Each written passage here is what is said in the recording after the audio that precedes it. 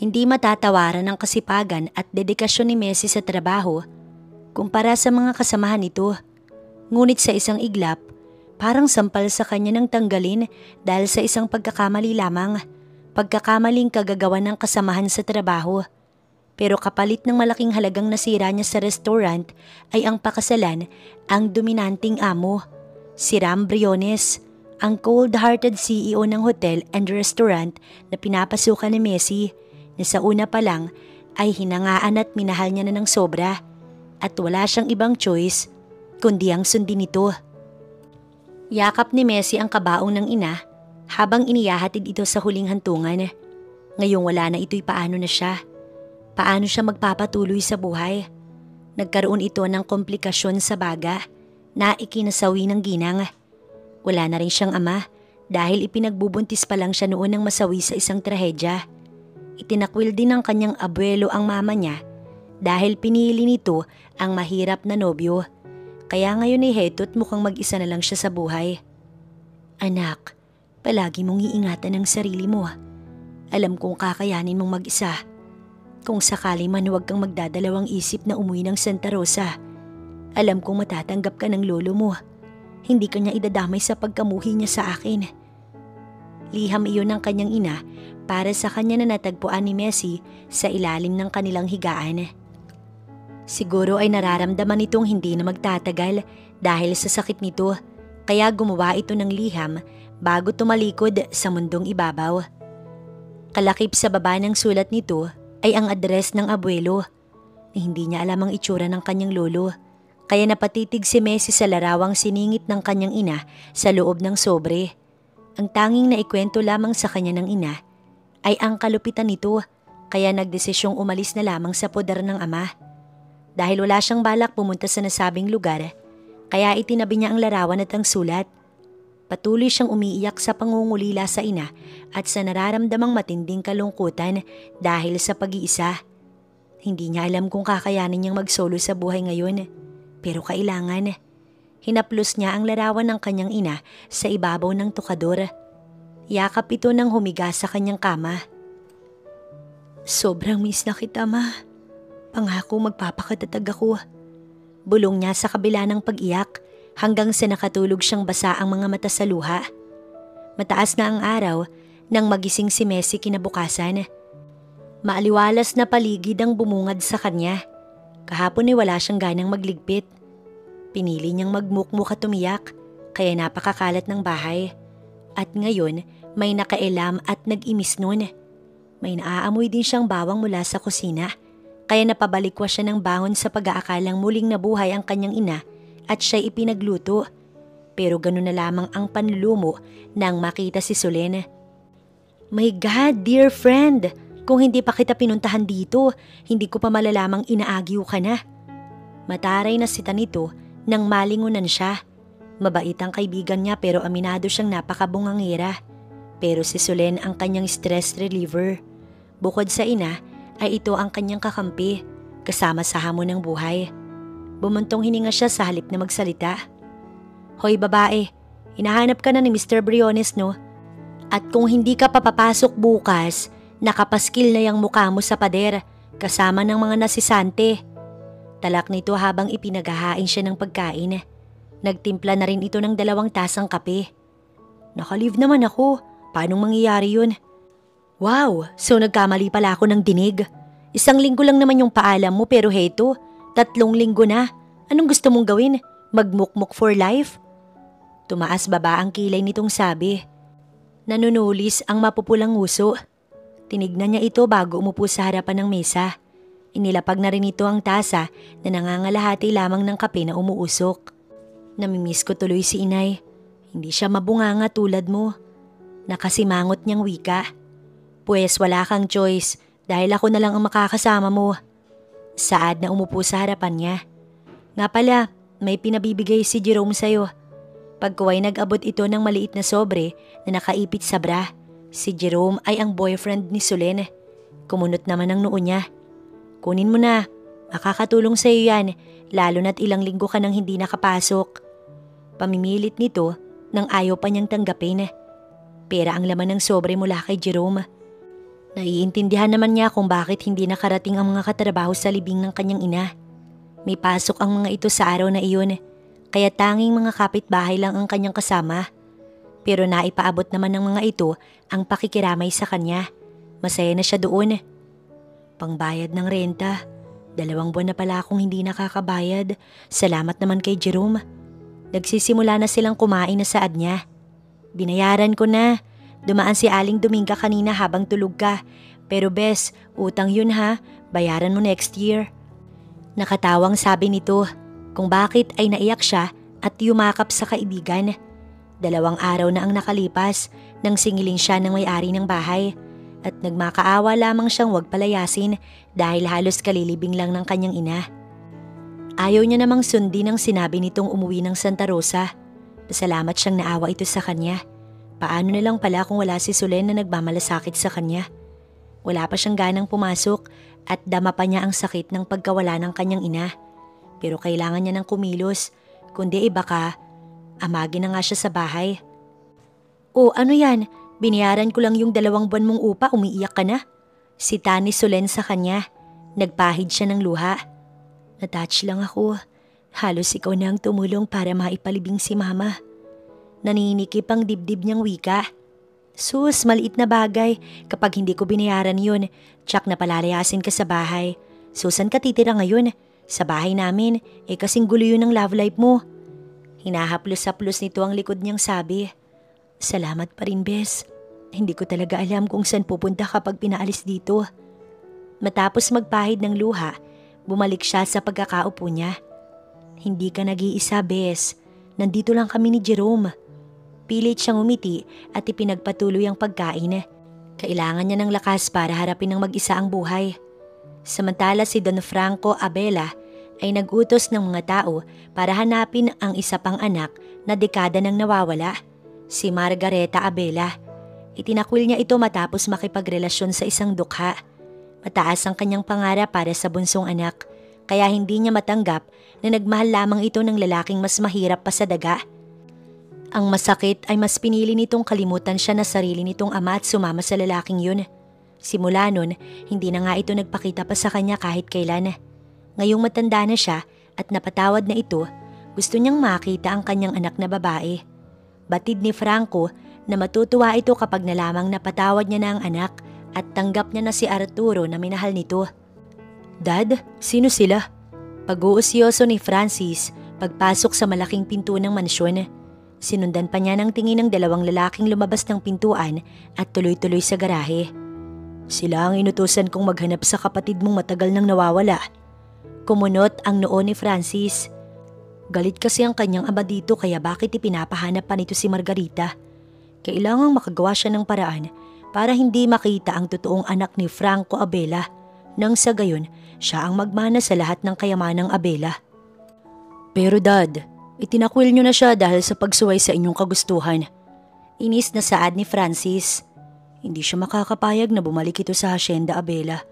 Kapag bumalik si Margarita, hahatiin ng Don ang mga ari-arian at kayamanan nito.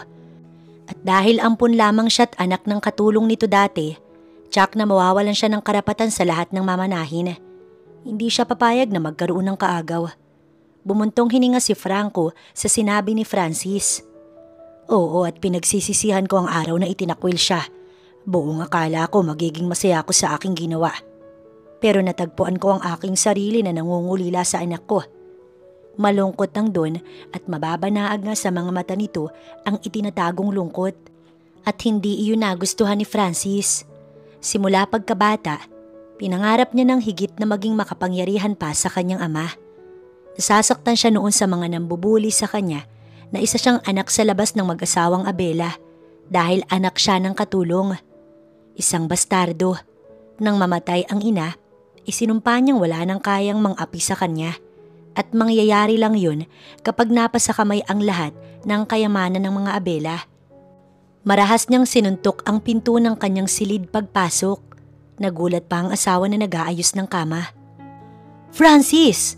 Inis nitong sigaw na sapo ang dibdib sa pagkagulat. I hate Dad, Sheila. Inis niyang bulyaw sa asawa habang kuyumang kamao. Hindi naman siya nag-aalalang marinig iyon ng matanda dahil umalis ito kanina matapos nilang mag-usap. Talagang desidido itong makita si Margarita. Ano? Kay dad na kumupkup sa'yo? Binihisan ka't binigyan ng edukasyon? That's bullshit. Putol niya sa sasabihin ng asawa, kaya natigilan ito at hindi makapaniwalang tumitig sa kanya. Nandun na tayo, binigyan niya ako ng pangalan, edukasyon at binihisan. Pero anong kapalit? Inalipin niya ako, Sheila. For almost 20 years, I managed and expanded the pineapple plantation. And then what? I ended up serving his workers. Nagmistula akong asong tagasunod ni Daddy. Hinaing ni Francis na galit. At pagkatapos ano? Bandang huli, si Margarita ang makikinabang, hindi ako papayag. Dagdag pa ni Francis na nanlilisik ang mga mata. Kinabahan si Sheila na nakatingin dito. Para bang may nais itong gawing hindi maganda. Siguro, oras na rin para magkita ang mag-ama. Matanda na si Dad. Matagal na panahon na rin naghirap si Margarita. Kung tutuusin, dapat matuwa ka pa nga dahil magkikita na kayong magkapatid. Sa halip na kamuhian siya, maging masaya ka na lang. Si Margarita pa rin ang totoong tagapagmana. Payo ni Sheila sa asawa na lalong ikinainis ni Francis. Saan ka ba kampe ha? Ako ang asawa mo, Sheila. Oras na wala akong manahin, I'm sure pati kayo ng anak natin walang kakainin. Kaya pwede ba tulungan mo ko? Napabuntong hininga si Sheila sa sinabi ng asawa. Minsan gusto niyang maranasan kung paano mamuhay ng simple lang at wala yung mga sinasabi ni Francis na kapangyarihan. Yung kontento sa kung anong meron. Mahal niya si Francis at ayaw niyang maging masama ito dahil lang sa pera. Mas mahalaga sa kanya ang pamilya kaysa karangyaan. Samantala sa araw na yun, pumasok na nga si Messi sa kanyang trabaho. Pagdating, agad binati ang mahigit 15 tauhan sa loob ng restaurant kasama na ang kanyang best friend maging si Manager Lou. Kinamusta naman siya ng mga ito sa kanyang kalagayan bilang isa ng ulila at naging emosyonal pa siya. Pagkatapos ng kamustahan, hinarap ang maraming gawain sa restaurant.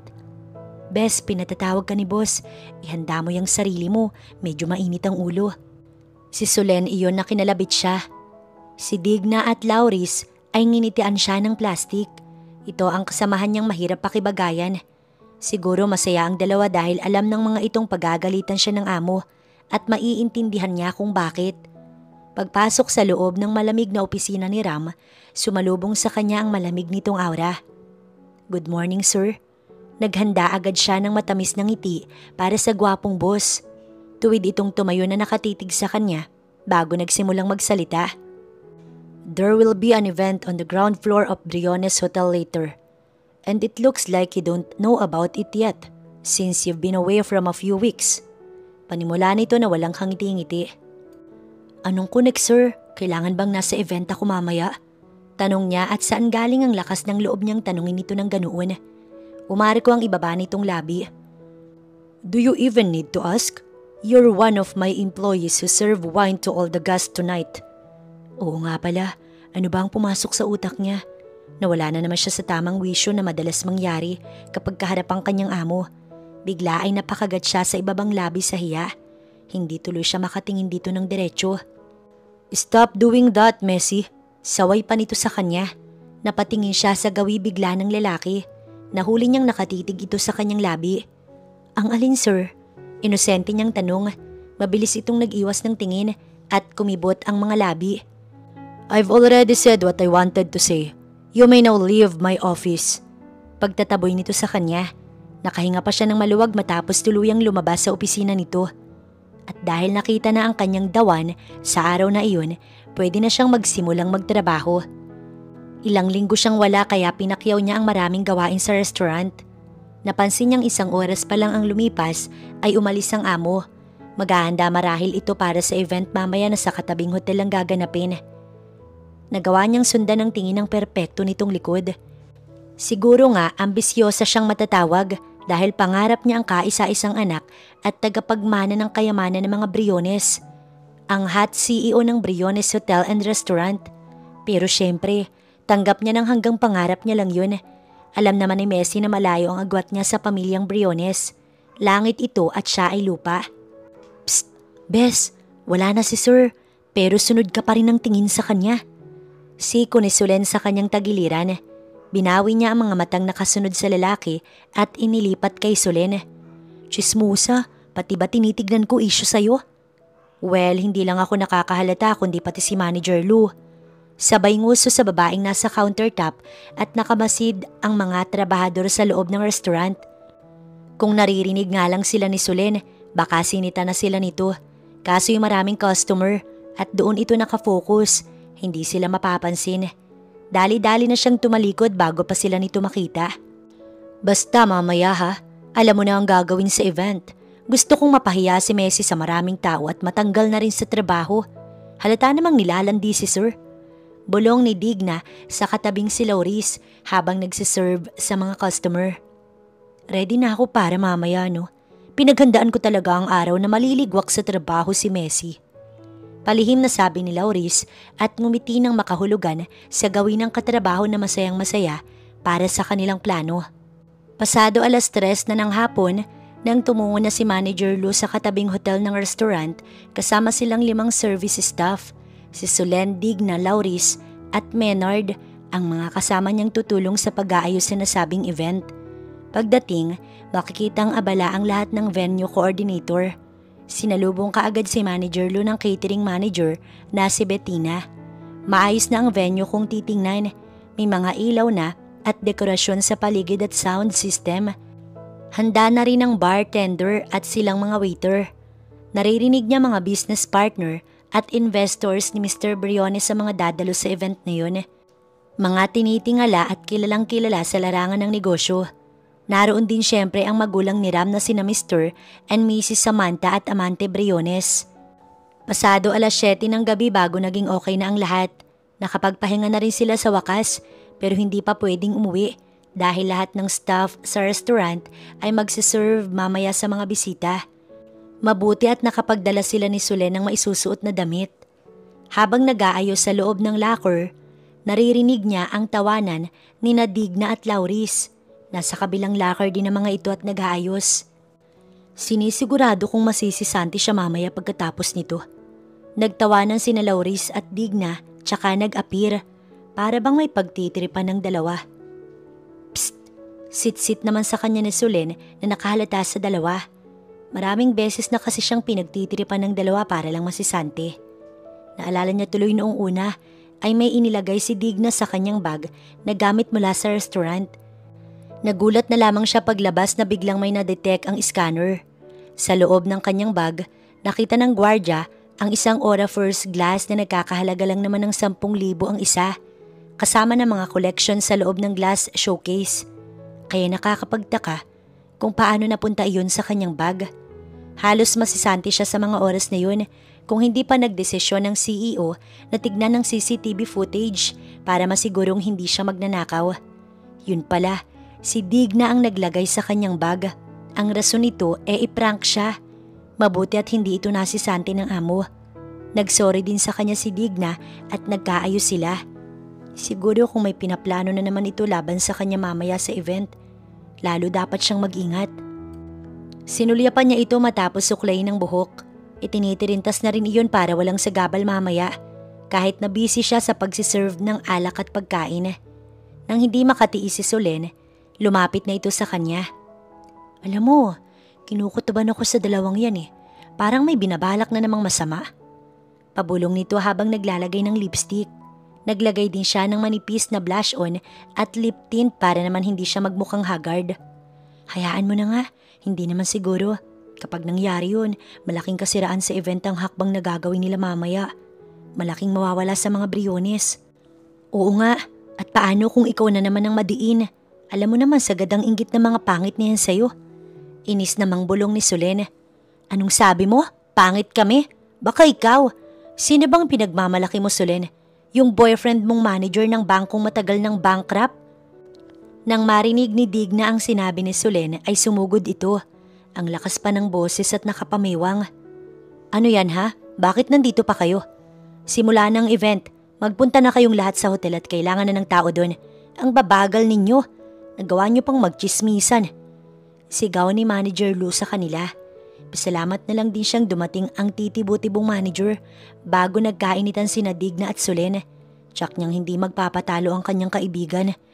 Minsan talaga masungit ang manager nila.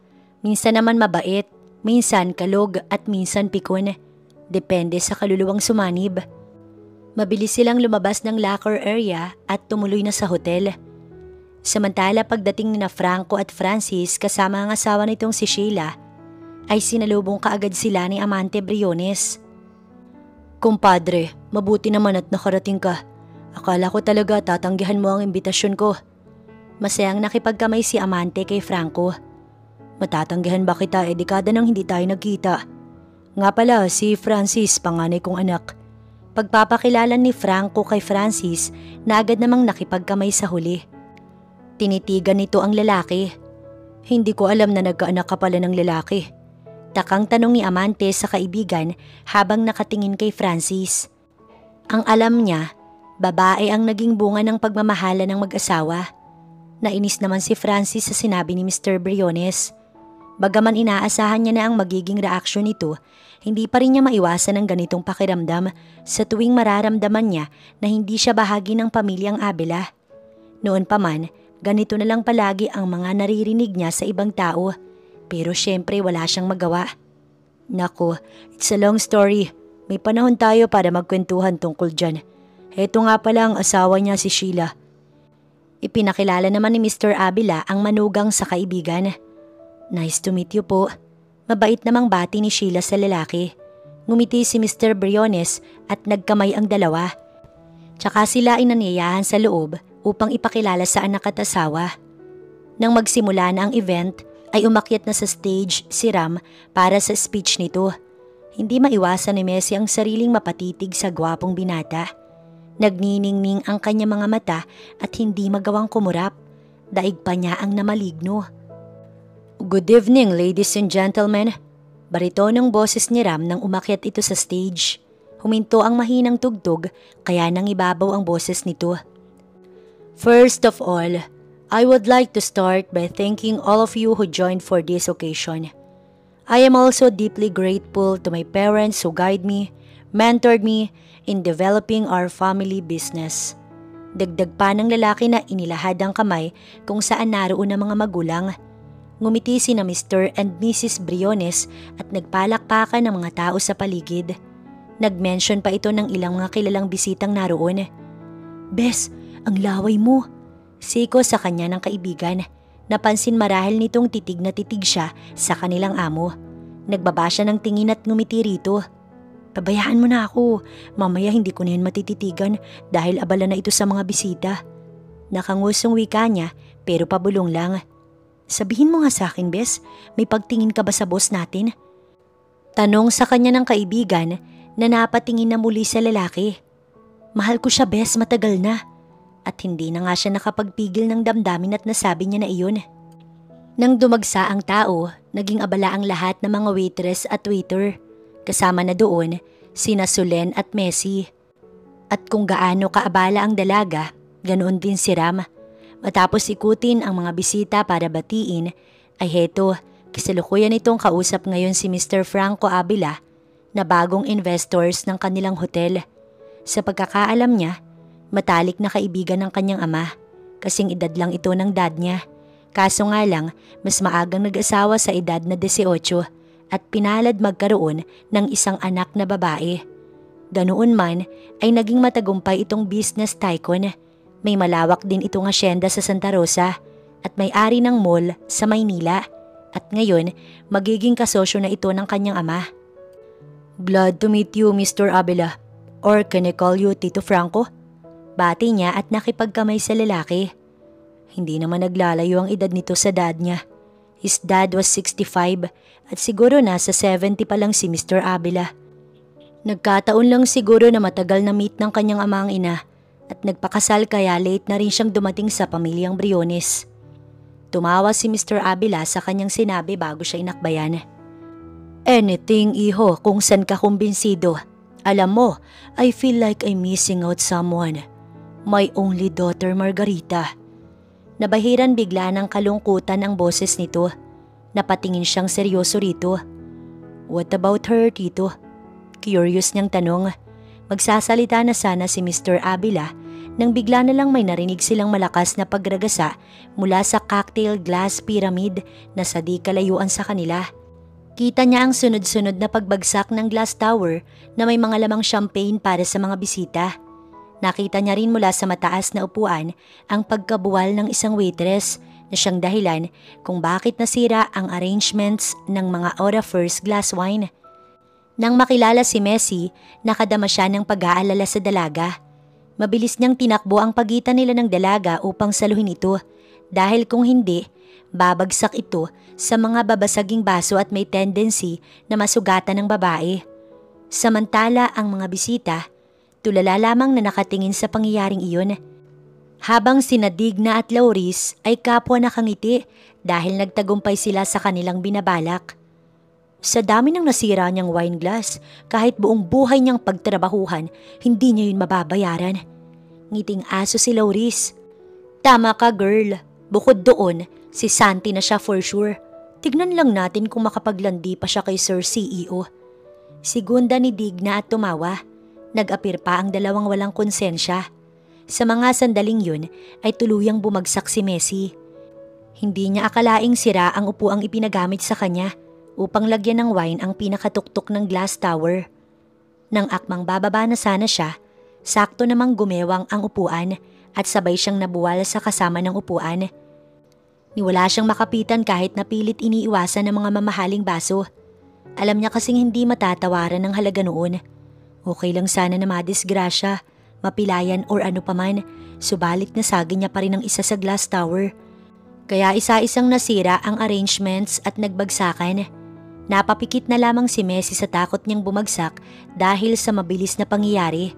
Pero may malakas na puwersang kumabig sa kanyang bewang bago siya tuluyang bumagsak kaya ito ang napailalim. Nang makita si Ram na siyang may hawak sa kanya, ay tila huminto sa pag-inog ang kanyang mundo. Nakapatong siya sa katawan nito at halos dangkal ang pagitan ng kanilang mga muka. Hindi niya naalintana ang nakakangilong ingay ng mga nabasag na wine glass sa tabi nila, kundi mas ramdam niya ang kabayong naghahabulan sa kanyang dibdib. Hindi niya na rin inintindi ang malaking babayaran sa kanyang nadisgrasya dahil sa biglang kilig na hindi mawari. Sino bang hindi, kundi pa may malakas na tumili na parang sirena ang bibig, hindi pa siya matitinag sa magandang tanawin. Blanko ang kanyang ekspresyon nang mapatingin sa galit na mukha ng ginang. Walang iba kundi si Ma'am Samantha, ang ina ni Ram. Madali siyang tumayo sa pagkakapatong kay Ram at tumingin sa kanyang paligid. Nakatingin lahat ng mga bisita sa kanya, kasama na doon si Solen na nakaawang ang labi. Agad nitong sinapo ang bibig at alalang-alala ang nakarehistro sa mga mata nito. Walang sabi-sabing binigyan siya ni Ma'am Samantha ng mag-asawang sampal. Ma'am! Mabilis na tumayo si Ram at iniharang ang katawan sa kanya. Si Santi ka na simula ngayon, Messi. Ayoko nang makita ang pagmumukha mo. Sinira mo ang party. Babayaran mo lahat ng nabasag mo kundi ipapakulong kita. Gigil na gigil si Samantha sa hampas lupang empleyado. Masyado itong pabida, hindi naman alam ang ginagawa. Ma'am, enough! Hindi sinasadya ni Messi. I saw what is really happened. Pagtatanggol ni Ram na agad inilayo ang kanyang ina na nanggagalaiti. Madaling lumapit si Solen sa umiiyak na si Messi at hinila palabas ng hotel. Hinabol pa sila ni Manager Lou. Ano bang ginawa mo, Messi? Paano nangyari to? Akala ko ba siniguro mong maayos ang lahat? Nasa labas na sila ng hotel nang maabutan sila ng babae. Luhaan siyang tumingin dito. Alam mo ba kung ilang baso ang nabasag mo, ha? Panay ang muestra nito sa matabang kamay. Manager Lou, kailanman hindi pa ako pumalpak sa trabaho. Maingat ako. Ang hindi ko alam kung paanong nangyari to. Ang tanong paano kung babayaran yung mga damage ko kung nasisanti na ako. Hinaing niya habang umiiyak. Kulang na lang, humagulgul siya dahil sa kahihiyang inabot. Nakadama rin ito ng awa sa kanya. Marahas itong bumuntong hininga. Wala na tayong magagawa.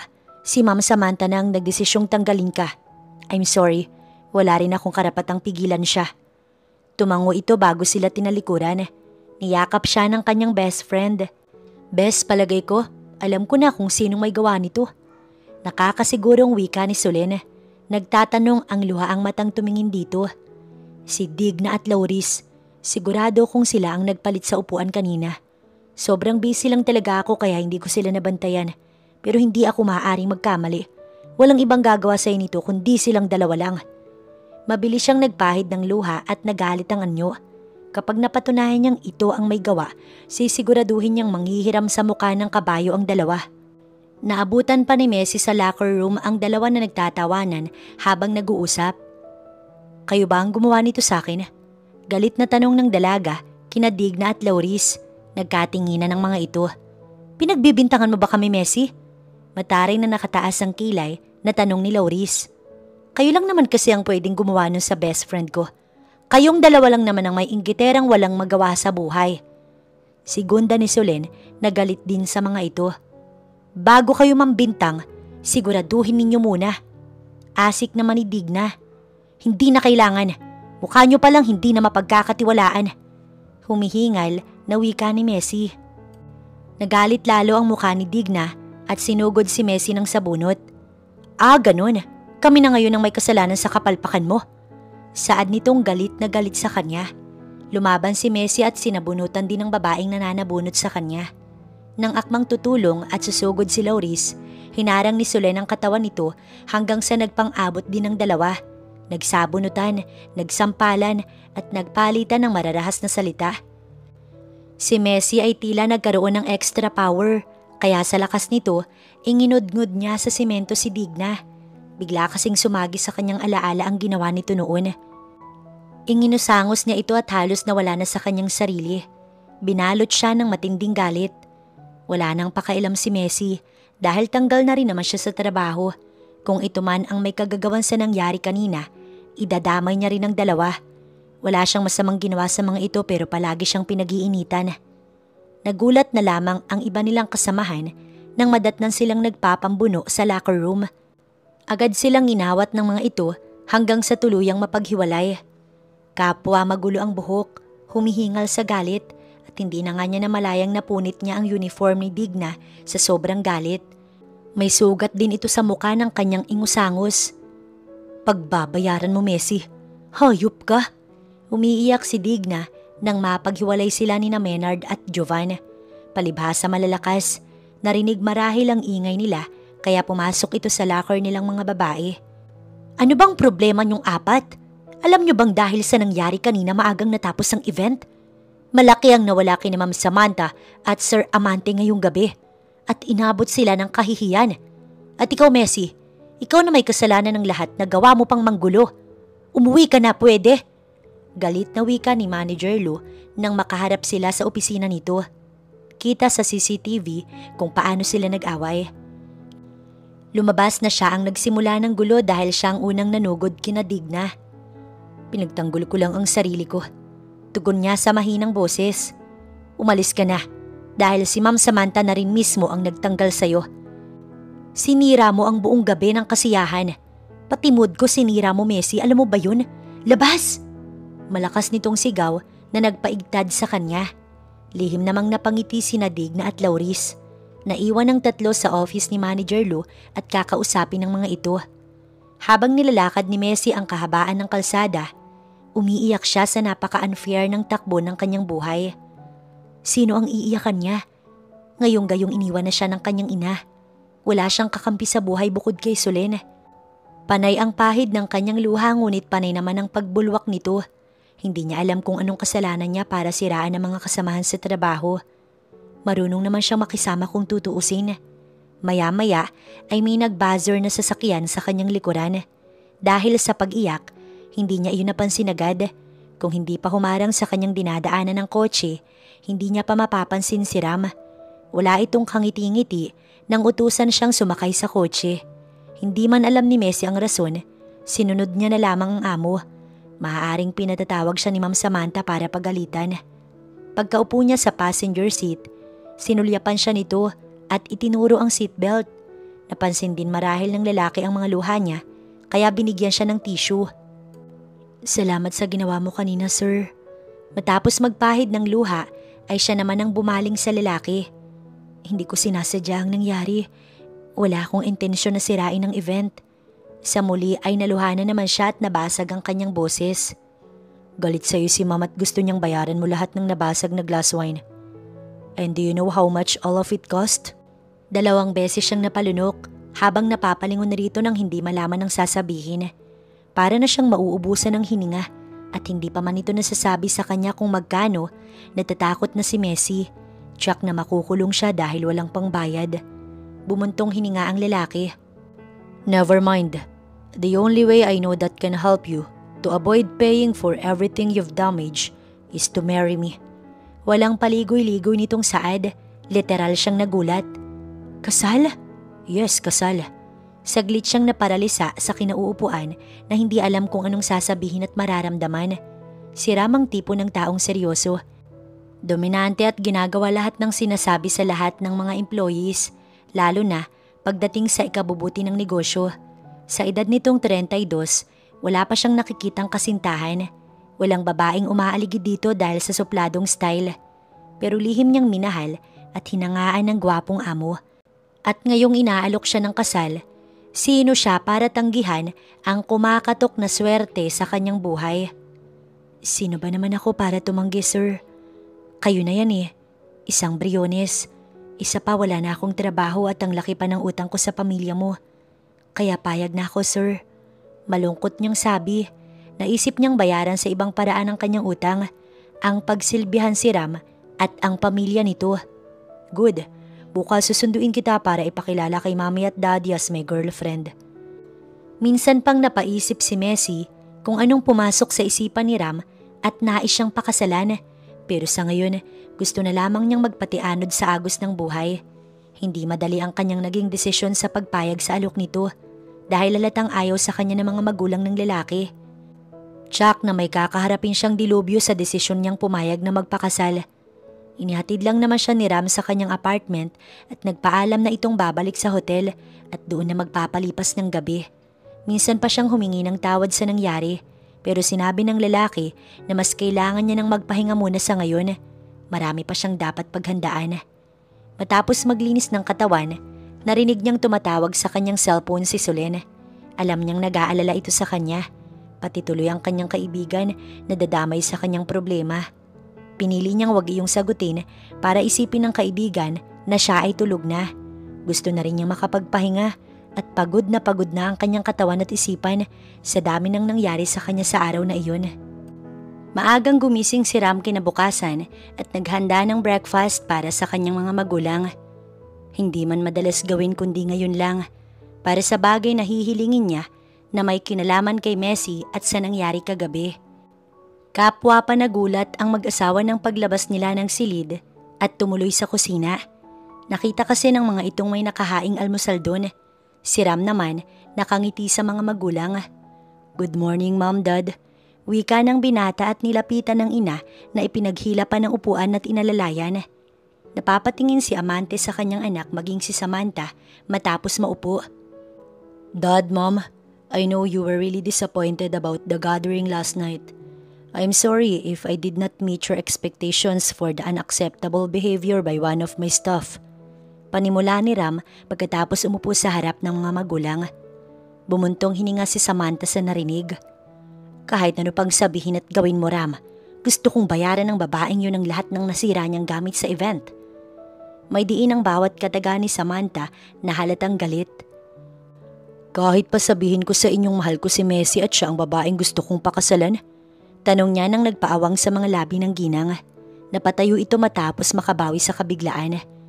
Kalokohan niyang sinasabi mo, Ram. Hindi ako papayag na pakasalan mo ang babaeng yon. Sigaw ni Samantha, habang ang dad niya tahimik lang na nakikinig sa usapan nilang mag-ina. Ni walang reaksyon sa sinabi niyang pakakasalan si Messi. Wala din siyang nakitang pagtutol sa mga mata. I'm sorry, Mom, pero nakapagdesisyon na ho ako. Ihaharap ko po si Messi sa inyo mamayang gabi. Whether you dad like it or not, pakakasalan ko siya. Buong pagpapasyang saad ni Ram at nagsimula ng kumain. Patuloy sa pagtanggi si Samantha. Nawalan ito ng magandang mood kaya umalis sa harapan ng mesa. Paanong mangyayaring minahal ni Ram ang babaeng careless na yun? Si Ram ay napasunod ng tingin sa ina. Pero alam niyang mapapahinuhod ito ng dad niya at magugustuhan si Messi pagdating ng araw. Gumawa ka ng paraan, amante. Hindi ako papayag na isang hampas lupa lamang ang mapapangasawa ng anak mo. Sigaw ni Samantha sa asawa. Nakaalis na noon si Ram patungo sa hotel para pumasok sa trabaho, pero nagmamarakolyo pa rin si Samantha. Sa dinami-dami ng mayayaman dyan, bakit ang patay na gutom na babaeng yun pa ang minahal ng anak nila? Hindi niya yun matatanggap. Bumuntong hininga si amante. Nagulat ako sa sinabi ng anak mo, Samantha. And at the same time, I was surprised. You know why? Because this is the first time I've seen him love and care for a woman. The way he saved Messi from falling last night is proof that our son has finally fallen in love. Tumatawa si amante nang sabihin iyon, tila nasihan pa sa ipinagtapat ni Ram sa kanina. Habang si Samantha, naningkit ang mga mata sa galit. Huwag mong sabihin gusto mo ang babaeng iyon para kay Ram. Inis nitong bulyaw. Inakbayan ni amante ang asawa. Sweetheart, there's nothing wrong whoever our son choose to be with. Matagal ng employee si Messi sa restaurant at sa angkin nitong ganda, hindi nakakapagtakang mabihag ng husto ang anak natin. Basta ang gusto ko, bigyan nila ako ng cute at maraming apo. Tsaka muling humalakhak si amante. Halatang excited nang magkaroon ng apo. Palibhasa kasi, nagkakaedad na rin at sapat na sa kanya ang kayamanan ng mga Briones. Iisa lamang ang kanyang anak, kaya gusto niyang bumawi sa apo. Ewan ko sa'yo, amante, basta ayoko kay Samantha. Gusto ko ka-level natin, yung maipagmamalaki ko sa mga amiga ko. Inis na lamang na tumalikod ang ginang at nagpapadyak. Iiling-iling si amante. Nakakalimutan ni Samantha ang pinagmulan nitong pamilya. Sa kabilang dako ay napansin ni Francis na may kausap ang ama-amahan sa cellphone. May kutob siyang isa iyon sa inutusan nitong maghanap kay Margarita. Wala itong kaalam-alam na may inutusan na rin siya para hanapin ang babaeng iyon at tuluyan ng hindi makita pa ni Franco. Nanatili sila rito sa Maynila isang araw na ang nakalipas matapos mag-attend ng event sa Briones Hotel. Panibagong business partner ng kanyang ama si Amante Briones. Kilalang mayaman sa syudad at kaibigan nito simula kolehiyo. Bahagya pa siyang lumapit upang mas maulinigan ang pinag-uusapan ng dalawa sa cellphone nang biglang may nagsalita sa kanyang likuran. Dad, anong ginagawa niyo dyan? Napapitlag siya ng malingunan ang 15 anyos niyang anak. May hawak itong bola at bihis na bihis. Kwan? Nangapa na naman ang sasabihin si Francis.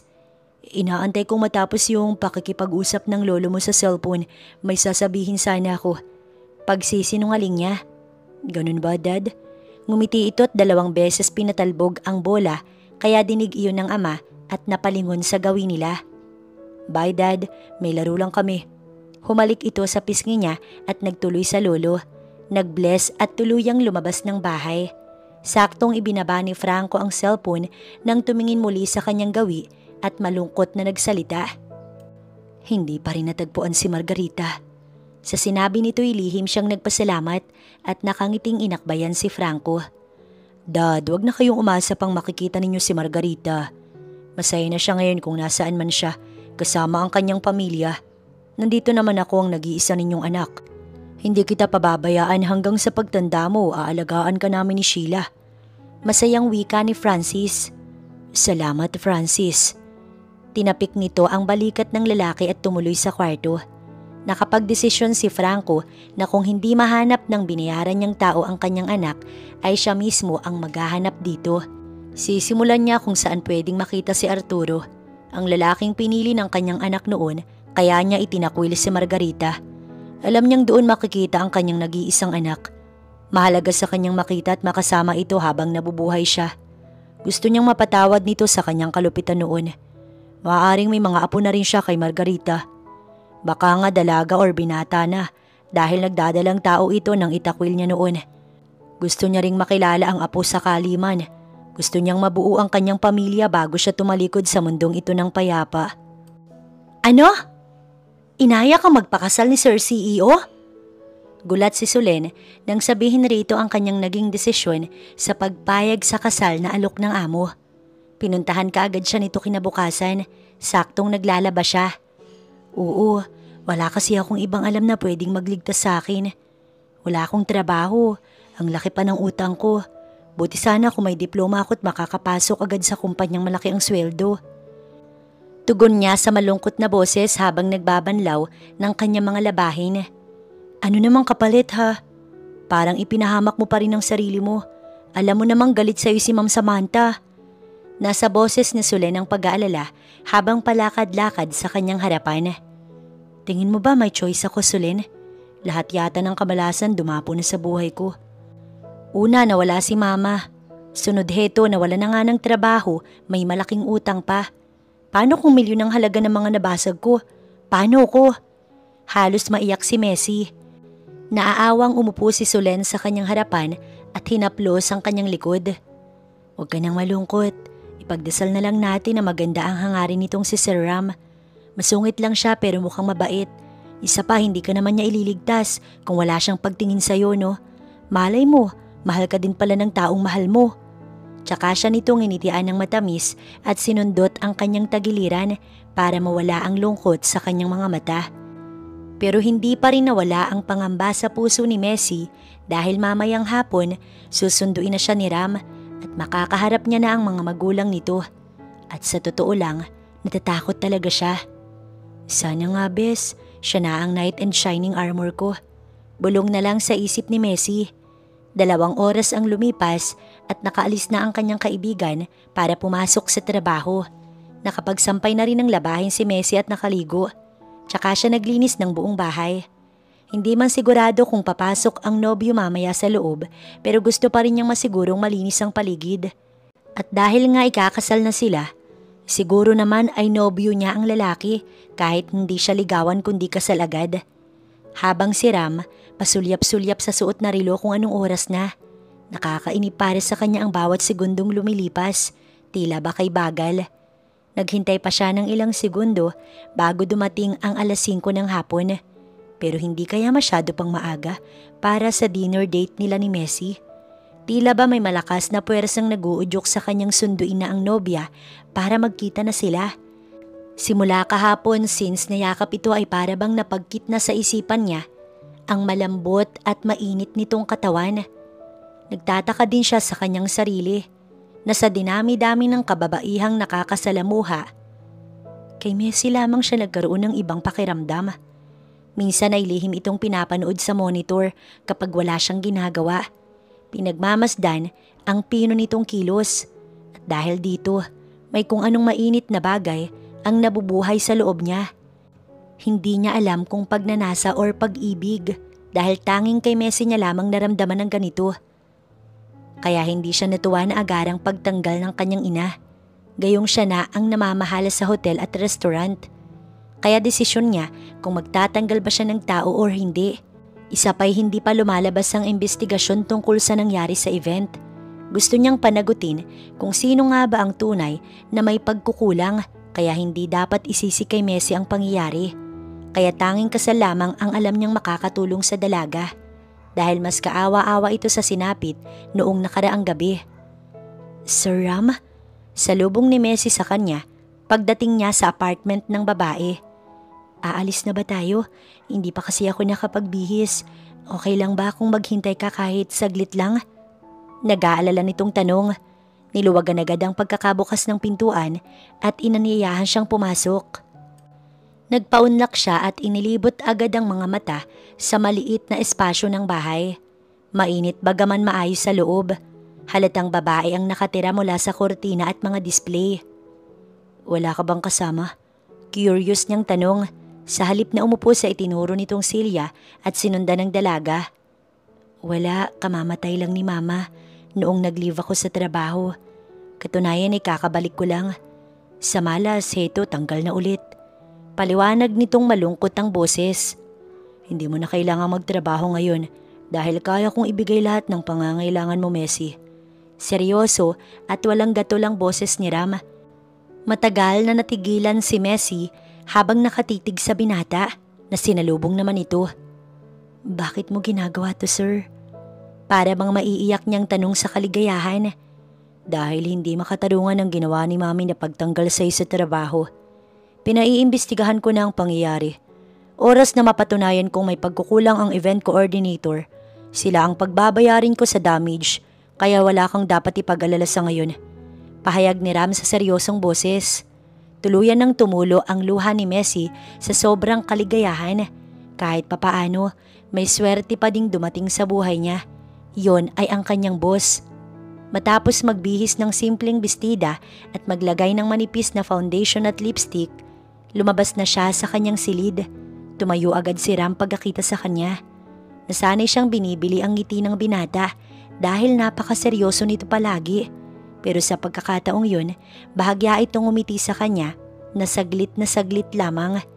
Gayunman sa unang pagkakataon, nakita niya itong umiti. "Let's go." Sinalubong agad ni Ram ang dalagang Kimi pang nakatingin sa kanya sa may pintuan ng silid. Napakasimple bagaman kapansin-pansin ang karikta nito sa lahat ng kanyang waitress.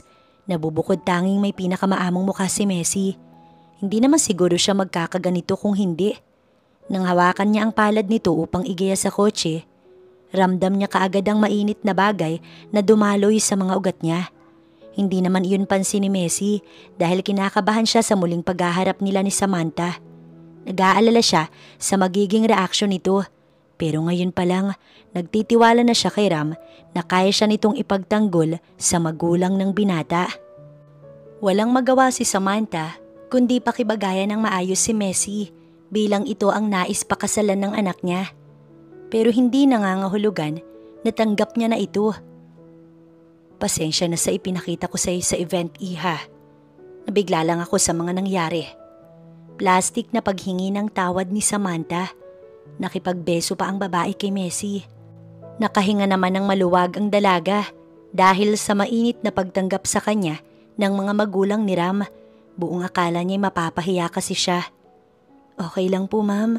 Naiintindihan ko naman po. Hindi ko lang talaga sinasadya ang mga pangyayari." Mabait na tugon ni Messi sa ginang. "Huwag mo na akong tawaging ma'am. Just call me mommy. Tutal naman ay ikakasal na kayo nitong anak ko." Kay lapad ng ngiti nito sa kanya. Nahihiyang tumango si Messi. "Sige po, mommy. Welcome to our family, Iha. Ituring mo kaming pangalawang magulang mo." Sabi naman ng daddy ni Ram. May magagandang ngiti sa labi na umabot sa mga mata nito. "Salamat po." Nagiinit ang kanyang mga mata sa luha dahil sa labis na kasiyahan. "Ang mabuti pa, kumain na muna tayo habang nagkukwentuhan." Si Samantha iyon na nagpatiuna sa komedor. Sumunod ang asawa at sila ni Ram na nanatiling nakahawak ang isang palad sa kanya. "Hey, still feel nervous?" Nakangiti si Ram na bahagyang pinisil ang kanyang palad. Ramdam marahil nito ang pamamawis noon. "Nakakakaba, Ram. Akala ko magagalit ang mami mo sa akin." "Salamat." Pabulong niya sa nobyo dahil malapit na sila sa mesa. Muli nitong pinisilang palad niya bilang tugon at inalalayan siyang umupo matapos maghila ng upuan para sa kanya. Malawak ang mesa at maraming putahe sa kanilang harapan na nakahain. Hindi siya sanay na pinagsisilbihan. Paano ba siya umabot sa ganitong senaryo? Yung ipinaglalagay siya ng pagkain ng lalaking mahal niya. "Iha, Messi, wag mo sanang mamasamain ang tanong ko. Medyo personal ito. Gaano mo kamahal ang anak ko hindi lang dahil may nakukuha kang pabor mula sa kanya?" Nagsisimula na silang kumain nang magtanong si Samantha. "Mom, do you still need to ask that? Isn't it important that we're getting married?" Mabilis na salo ni Ram na tila nag-aalala. Tumahimik naman si Mr. Briones at tumingin sa asawa. "Oo nga naman, Samantha. They are getting married. And that only means they love each other." Singit ni Amante. "Okay lang po, wala namang masama sa tanong ni Mommy. Naniniguro lang siguro siya kung ano nga bang nagustuhan ko kay Ram. Kung personalities niya or yung kayamanan. Ang totoo, mahal ko po siya. Sanay po ako sa hirap at kaya kong magdildil ng asin. Hindi ko po kailangan ng pera at kapangyarihan para maging masaya. Sapat na po si Ram." Matapat na sabi ni Messi na may katotohanan. Dahil sa naging tugon niya, napatitig si Ram sa gawin niya. Nagulat ba ito sa sinabi niya? Si Ram ay hindi makapaniwala sa narinig. Totoo man or hindi ang sinabi ni Messi, ay may mainit na bagay ang humaplos sa kanyang puso. Sa mga sandaling yun, nais niyang yakapin at hagkan ng dalaga, pero alam niyang naging matalino lamang si Messi sa pagsagot. Matapos ang hapunan, pinag-usapan kaagad ang tungkol sa kasal ni Ram at Messi at gaganapin na iyon sa 1 linggo. Salamat sa hapunan, Ram. Wika ni Messi nang ihatid siya ng nobyo pabalik sa kanyang apartment. Inaalalayan siya nitong bumaba ng kotse at ngayon inihahatid siya sa pintuan ng kanyang apartment. And thank you also for the clever answer my mom's question. Sagot naman ni Ram na bahagyang nakangiti. Aliw siyang tinitigan ng gwapong binata sa pagkakangiting yun. Gusto sana niyang sabihin na totoong mahal niya ito pero nagbago ang kanyang isip. What? Takang tanong ni Ram sa walang kurap na pagkakangiti ni Messi sa kanya. Nahihiyang nagbaba ng tingin ng dalaga. Kulang na lang sabihin niyang bagay kay Ram kapag nakangiti. Wala, mag-iingat ka sa biyahe. Papasok na ako.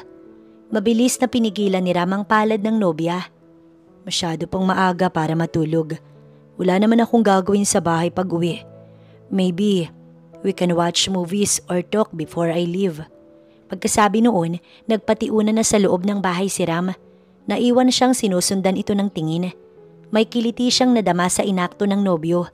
Iisa lang ang ibig sabihin noon. Nais pa siya nitong makasama.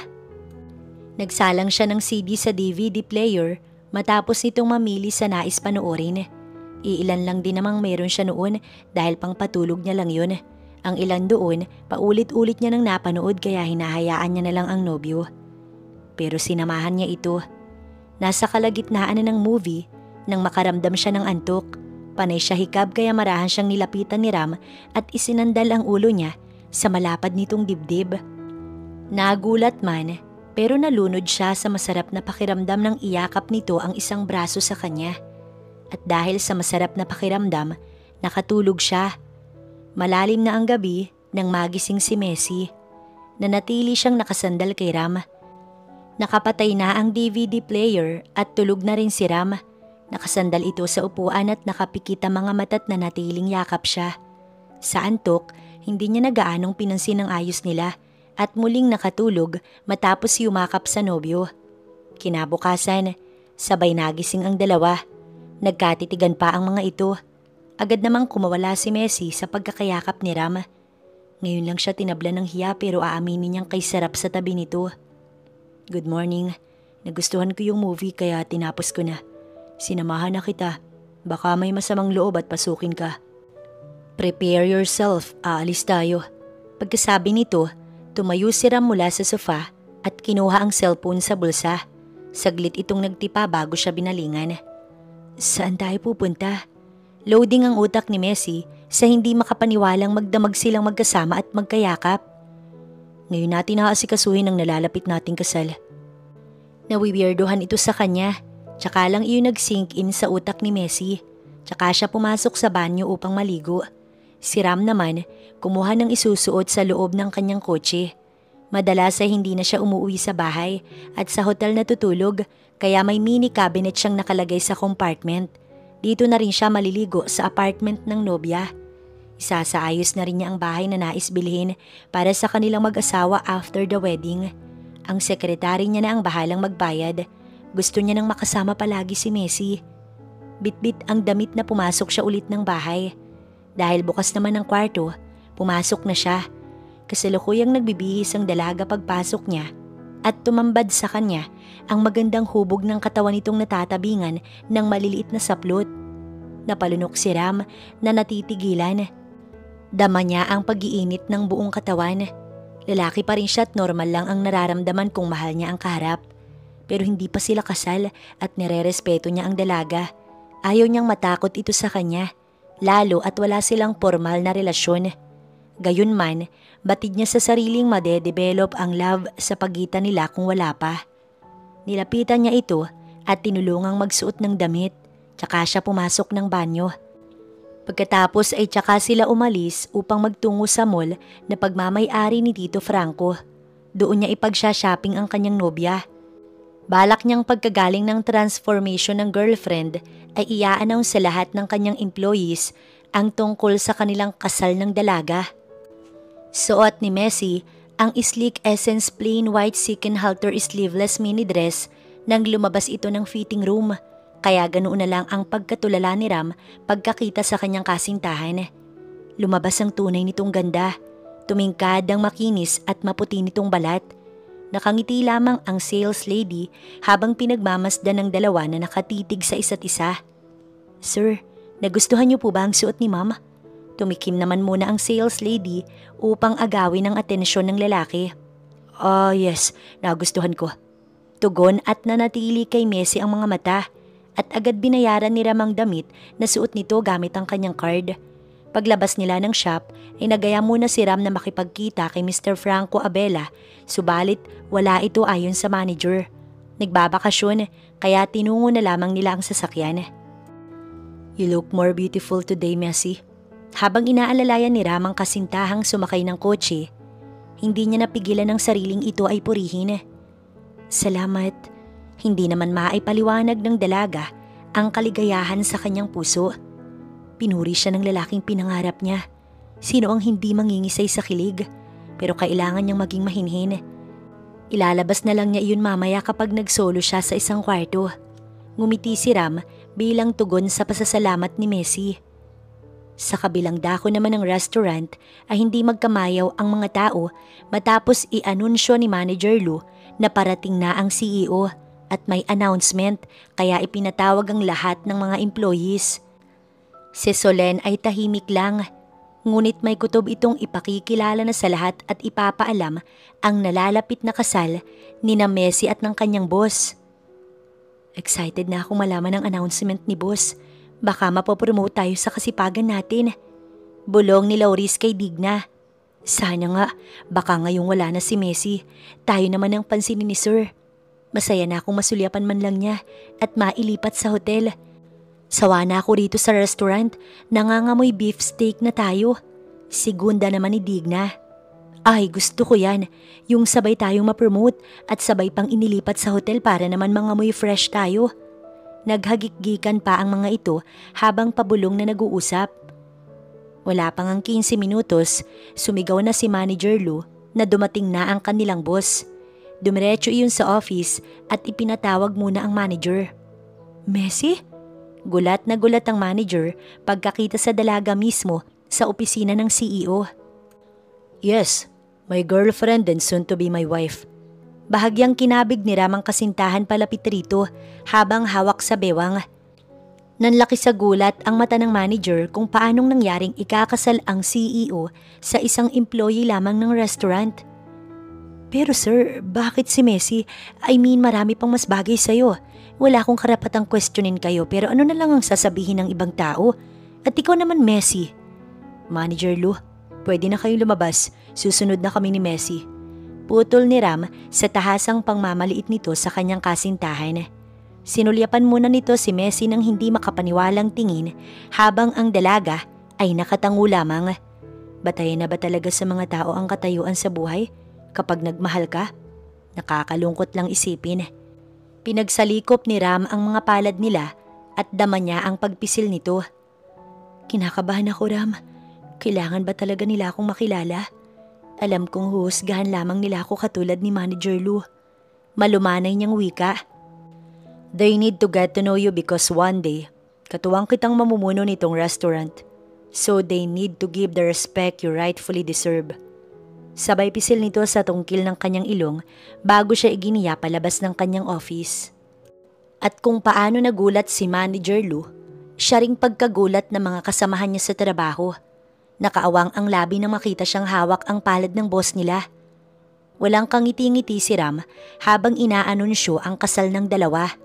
Tanging si Solen lang ata ang nakikitang nakangiti at kinikilig sa transformation ng kaibigan. Hindi niya ito halos makilala. Sina Digna at Lauris ay halos lumuwa ang mga mata pagkakita sa babaeng tinutukoy na pakakasalan ng isang Ram Briones. Daig pa ang nakakita ng multo. "Paanong nangyari to?" Tanong ni Digna ng palihim kay Lauris. Ginawa na nila ang lahat para mawala ito sa kanilang paningin. Pero heto't magiging amo pa nila. Hindi sila papayag. "Alam mo, palagay ko lang sa kapal ng mukha ng babaeng yan, Malamang sa malamang, naghubad yan sa harapan ni Sir para maakit. Nasa itsura namang malandi. Inis na bulong ni Lauris sa babae. Parehong gigil sa pangyayari. Hindi tayo pwedeng manahimik lang. Kailangang may gawin tayo. Bulong ni Digna kay Lauris na sinang-ayunan naman ng isa. Congrats best friend ha. Deserve mo talagang mataba at mahabang talong. Biro na Solen matapos i-introduce ni Ramang nobya sa mga employees ng restaurant and hotel. At ngayon heto nakapag-solo silang dalawa sa loob ng restroom. Saglit kasing nag-attend ng meeting ang lalaki. Sira, anong sinasabi mo? Hindi man natuwa ang mga employees ni Ram sa balitang ikakasal silang dalawa. Nakuha pa rin niyang umiti. Joke lang pero alam mo bes, ito lang ang masasabi ko sa'yo. Huwag mo nang pansinin lahat ng mga naninira sa'yo. At hindi pa man natatapos ni Solen ang kanyang sasabihin nang pabarag na pumasok sina Digna at Lauris sa banyo at agad ipinadlock. Nakita ng dalawang pumasok si Messi at Solen sa loob ng banyo, kaya sinundan ng mga ito ang dalawa. Nagkatinginan sina Messi at Solen. May kutob silang may hindi magandang gagawin ng dalawa. Tignan mo nga naman ang pagkakataon no, ang taas ng lipad mo. Dati kang employees ng restaurant pagkatapos ngayon, nangarap kang ikasal kay Sir Ram. Nakatawa at iiling-iling si Digna. Bigla itong naglabas ng cutting knife galing sa kitchen. Kinabahan pareho sina Solen at Messi nang magtawanan na para bang nababaliw. Pero tignan lang natin kung magustuhan ka pa ni Sir kapag sinira ko yung maganda mong muka. Isinenyas ni Digna kay Lauris na hawakan sa kamay si Messi. Nang akmang lalapit naman si Lauris, ay mabilis na humarang si Solen at hinampas ang hawak na bag kay Lauris. Nahilo ito at halos natumba matapos tumama sa muka ang stainless na tumbler na nasa loob ng bag na yun. Ganon din ang ginawa ni Messi kay Digna nang akmang lalapit. Tumama iyon sa kamay ng babae kaya tumalsik ang hawak na kutsilyo. Mabilis iyong hinabol ni Digna pero bago pa mapulot, nasipa na iyon ni Messi. Patayo na sana ito nang segundahan naman ni Solen ng hampas ang mukha ni Digna. Umaaringking ito sa sakit sa puang noo. Napuno ng ingay sa loob ng banyo na tila nag-aaway. Kaya nagtataka ang gwardya na pinihit ang siradora upang i-check subalit nakalak yun. Mas lalo pang lumala ang ingay ng mga boses babae sa loob ng banyo. Kaya naman nagmamadali na itong kumuha ng duplicate. Tumatakbo pa ang gwardya patungo sa kanyang pwesto upang kunin ang susi. Anong nangyari? Saktong nakasalubong ng guard si Ram galing sa hotel upang mag-attend ng meeting. Kaso hindi naman natuloy kaya binalikan na lang ang nobya upang ayain munang kumain. Sir, may nagkakagulo po sa loob ng banyo. Pagsusumbong ng tumatakbong gwardya, nanilagpasan ito. Nag-alala naman si Ram kaya mabilis na sinundan ng lalaki. Naabutan niya itong nagkukumahog na buksan ng pintuan. Sa loob ay naagaw ni Digna ang bag ni Solen at nagpambuno ang dalawa. Hawak na rin ni Lauris ang patalim na pilit iniaabot kay Digna dahil ito ang sisira sa magandang mukha ni Messi. Pero mahigpit itong hawak ni Solen sa buhok at ganoon din naman si Digna. Kaya nagpa siya itong siya na lang ang gumawa. Napaataras naman sa takot si Messi nang itutok sa kanya ni Lauris ang patalim. Gumapang ang nervyos niya at tila nanginig ang kanyang kalamnan sa takot na sumiksik sa gilid. Ngumisi si Lauris sa nakitang takot ni Messi. Hawak ng mahigpit ang patalim at akmang susugurin ito nang humalagpos ang katawan ni Messi sa matinding takot. Sakto namang bumukas ang pinto at bumulaga sa paningin nito ang amo.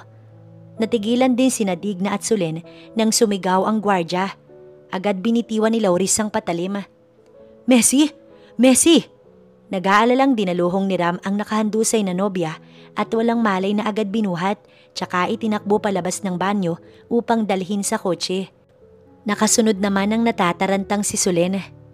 Nang araw ding iyon, lumabas sa investigasyon na sina Lauris at Digna ang may kagagawan kung bakit nadisgrasya si Messi sa event. Sa galit ni Ram, ipinakulong agad ang dalawa, lalo at pinagtangkaan ng mga itong sirain ang mukha ni Messi gamit ang kutsilyo. Labis siyang nagsisi na iniwan ito gayong pwede namang isama sa meeting, kundi lamang siya nagmamadali. Hindi niya mapapalagpas ang ginawa ng dalawa kay Messi. Buong pasasalamat niya at naroon ang kaibigan nitong si Solen, kundi ay baka nagtagumpay ang dalawa. Maging ang kanyang ama't ina ay galit na galit nang malaman kung sino ang tunay na may sala sa nangyari noong gabi ng event sa hotel. Pinagbabayad ang 2 babae sa danyos plus makukulong pa ang mga ito laban sa pagtatangka ng masama kay Messi. Nagising naman si Messi sa hospital na agad yumakap sa nobyo pagkakita kay Ram. Napaiyak pa ito nang maalala ang nangyari kanina. Nanginginig ang katawan sa takot. Agad din itong niyakap ni Ram. Akala ko katapusan ko na. Garalgal ang boses ng babae.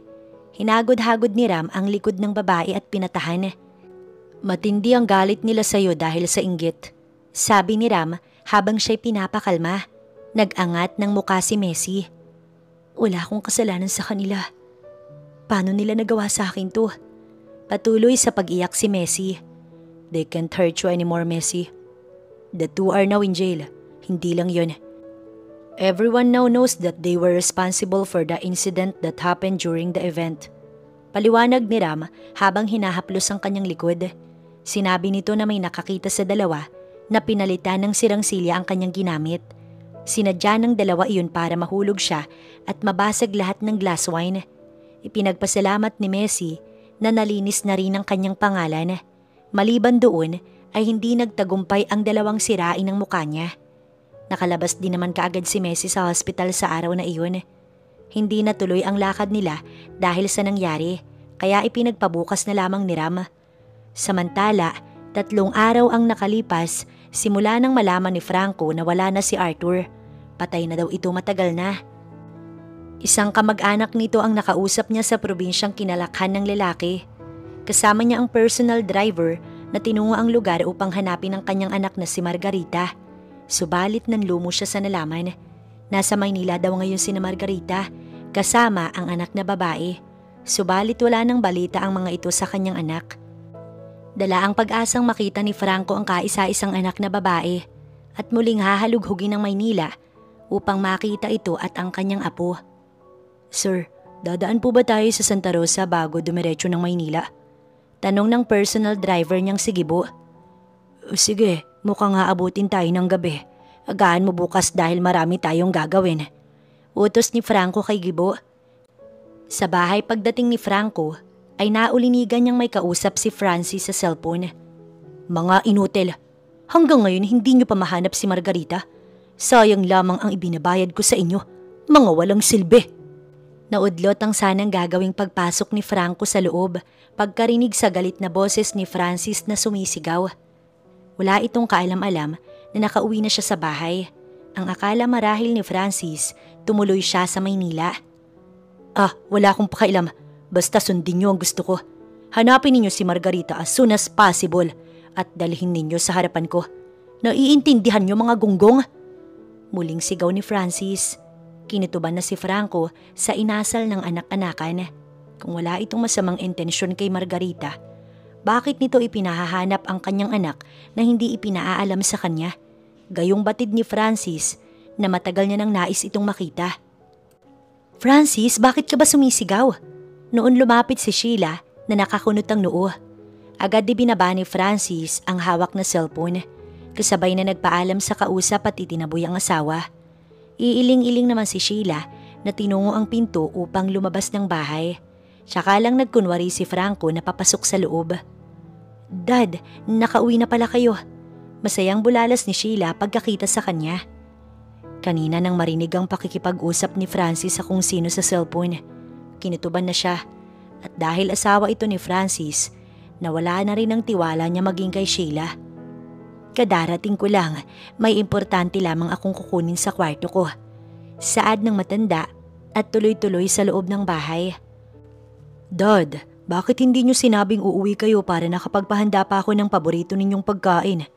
Salubong ni Francis sa kanya na nakangiti. Tinignan niya ito pero binabasa niya ang reaksyon sa mga mata ni Francis. At hindi ito natutuwang siya'y makita. Hindi naman ako magtatagal dito at babalik agad ako sa Maynila. Hindi nagpahalata si Franco na may masama siyang kutob kay Francis. Kapag napatunayan niyang may masama itong ginagawa sa kanyang likuran, kalilimutan niyang itinuring itong anak. Ganun ba, Dad? Kamusta? Nagkita na ba kayo ni Arthur? Anong balita kay Margarita? Sunod-sunod nitong tanong na mahahalatang interesado sa kanyang sasabihin. Hindi kami nagkita ni Arthur dahil patay na siya. Wala ding makapagsabi kung nasaan si Margarita. Pero hindi ako susukot mawawala ng pag-asang makita ang anak ko. Ganun ba? Tila nag-isip itong tumingin sa labas. Inaantay ni Franco na sabihin ito sa kanyang ipinahanap din ni Francis ang kapatid. Ngunit wala siyang narinig. Isa lang ang ibig sabihin nito. May masamang binabalak ang lalaki. Tutuloy muna ako sa silid ko. Pagpapaalam na lamang ni Franco. Tumango ang kausap at si Franco ay tumalikod. Ngingiti-ngiti pa si Francis dahil hindi naging matagumpay ang lakad ng matanda. Nawala ang init ng kanyang ulo. Akala niya mauunahan na siya nito. Pagdating ni Franco sa kanyang silid, tinawagan niya agad si Attorney Bingaw upang baguhin ang kanyang last will and testament. Walang makukuhang kahit na ano mula sa kanya si Francis, kundi mapupunta iyon sa anak nitong si Eman. At makukuha lamang ng bata ang kanyang ipinamana pagsapit ng 21 anyos nito at kaya nang i-handle ang sarili. Tingin niya hindi karapat-dapat pamanahan si Francis dahil may pinaplano itong hindi maganda laban kay Margarita. Pagsisisihan itong tinraidor siya ng lalaki. Naging matagumpay ang kasal ni Messi at Ram na ginanap mismo sa Briones Hotel. Nasaksihan ng marami kung gaano kasaya ang pag-iisang dibdib ni Messi at Ram kahit na may isang babaeng nagkukutkot ang kalooban. Hindi pa rin kasi matanggap ni Samantha si Messi para sa kanyang anak. Marami ang nangihinayang na napunta lamang ito sa walang kwentang babae. Walang pinag-aralan at hindi kayang sumabay ng sosyalan. Naku Mars, kung yan lang naman ang problema mo sa manugang, bakit hindi mo gawing sosyal? Ipag-shopping mo ng mga mamahaling damit at alahas. Pag-aralin mo sa prestihiyosong paaralan. At pak, tsak na kaya na niyang makipagsabayan sa mga sosyal mong kaibigan. Pwede mo na siyang ibalandra sa mga amiga mo. Payo ni Katrina kay Samantha habang nakatingin sa magandang bride ni Ram na nakikipag-usap sa mga bisitang nasa venue. Ang ganda ng ngiti ni Messi at halatang masaya. Walang kaalam-alam na topic ito ng biyanan at isang kaibigan. Kailangan ko ba talagang gawin yun? Inis na tanong ni Samantha. Kung sa ganday wala naman siyang problema kay Messi.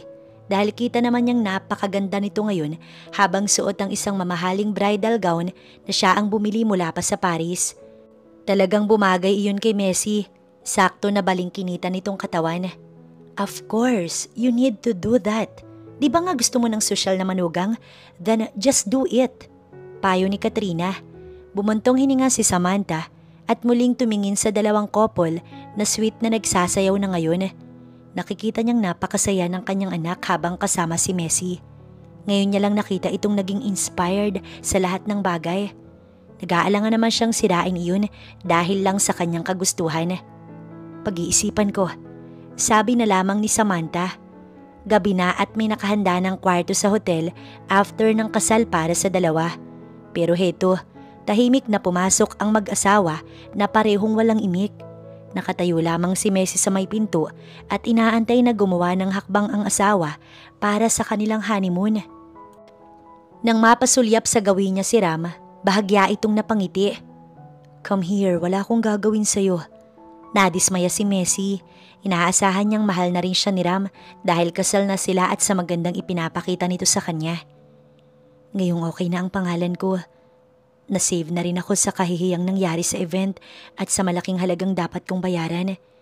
Pero bakit mo pa ako pinakasalan, Ram? May bikig sa lalamunan niyang tanong. Buong akala niya pagkatapos panagutin sina Digna at Lauris, iuurong na rin ni Ram ang kasal. Pwede namang ibalik na lang siya nito bilang empleyado sa restaurant, pero hindi nito ginawa. Tumitig ang asawa sa kanya, tsaka mabagal na humakbang palapit. Napalunok si Messi nang haplusin nito ang kabilang bahagi ng kanyang pisngi. Para siyang nahihipnotize sa pagkakatitig nito. Dahil gusto ko. Dahil mahal kita, Messi, at ayaw kung mawala ka sa tabi ko.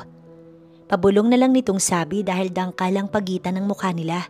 Kasabay noon ay marahan siyang dinampian ng halik nito sa labi. Masuyo at puno ng pagmamahal. Ramdam niyang hindi gumagalaw ang labi nito habang pinakikiramdaman siya. Walang katinag-tinag si Messi at nanigas sa kanyang kinatatayuan. Ganito pala ang pakiramdam ng first kiss. Nakakapanayo ng lalamunan. nakakapanghina ng tuhod. Saglit na inilayo ni Ram ang paningin upang titigan ng asawa. Nakapikit ang mga mata nito at pinakiramdaman ng halik niya. I love you, Messi. Do you love me?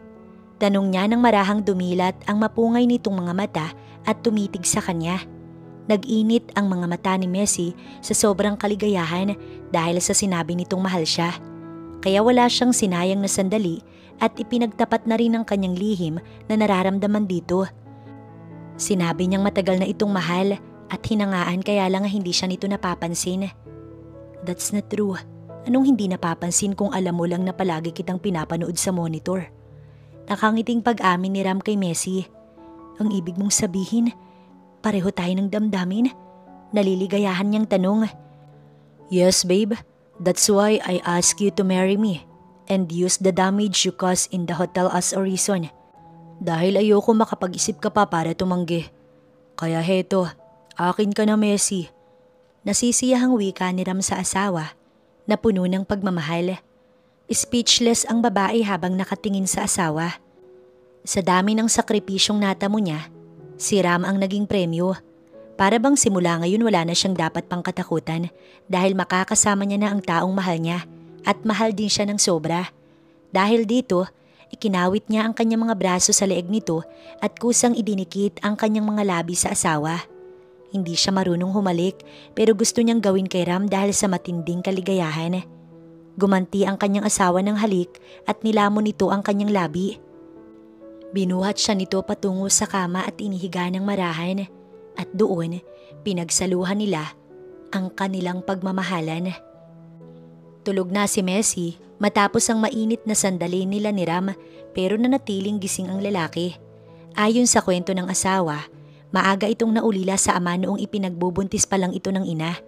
At nito lang, nagkaroon din ng karamdaman ang ina nito sanhi sa maaga ding pagkawala at ang tanging pamilya na lang meron si Messi ay ang lolo nitong nasa Santa Rosa.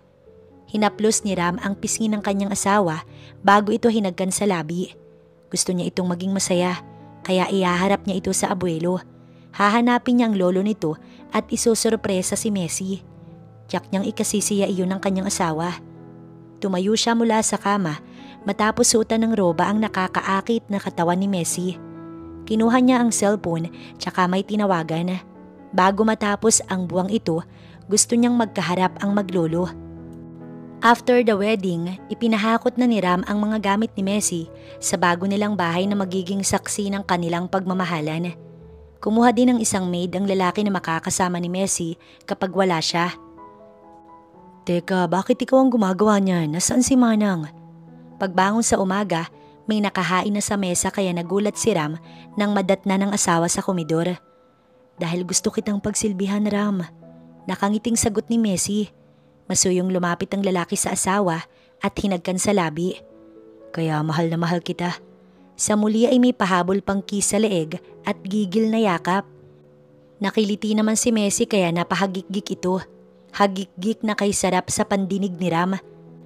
Maramdaman niya lang ang init ng katawan ni Messi ay naroon na naman ang pagnanais na angkinin ito.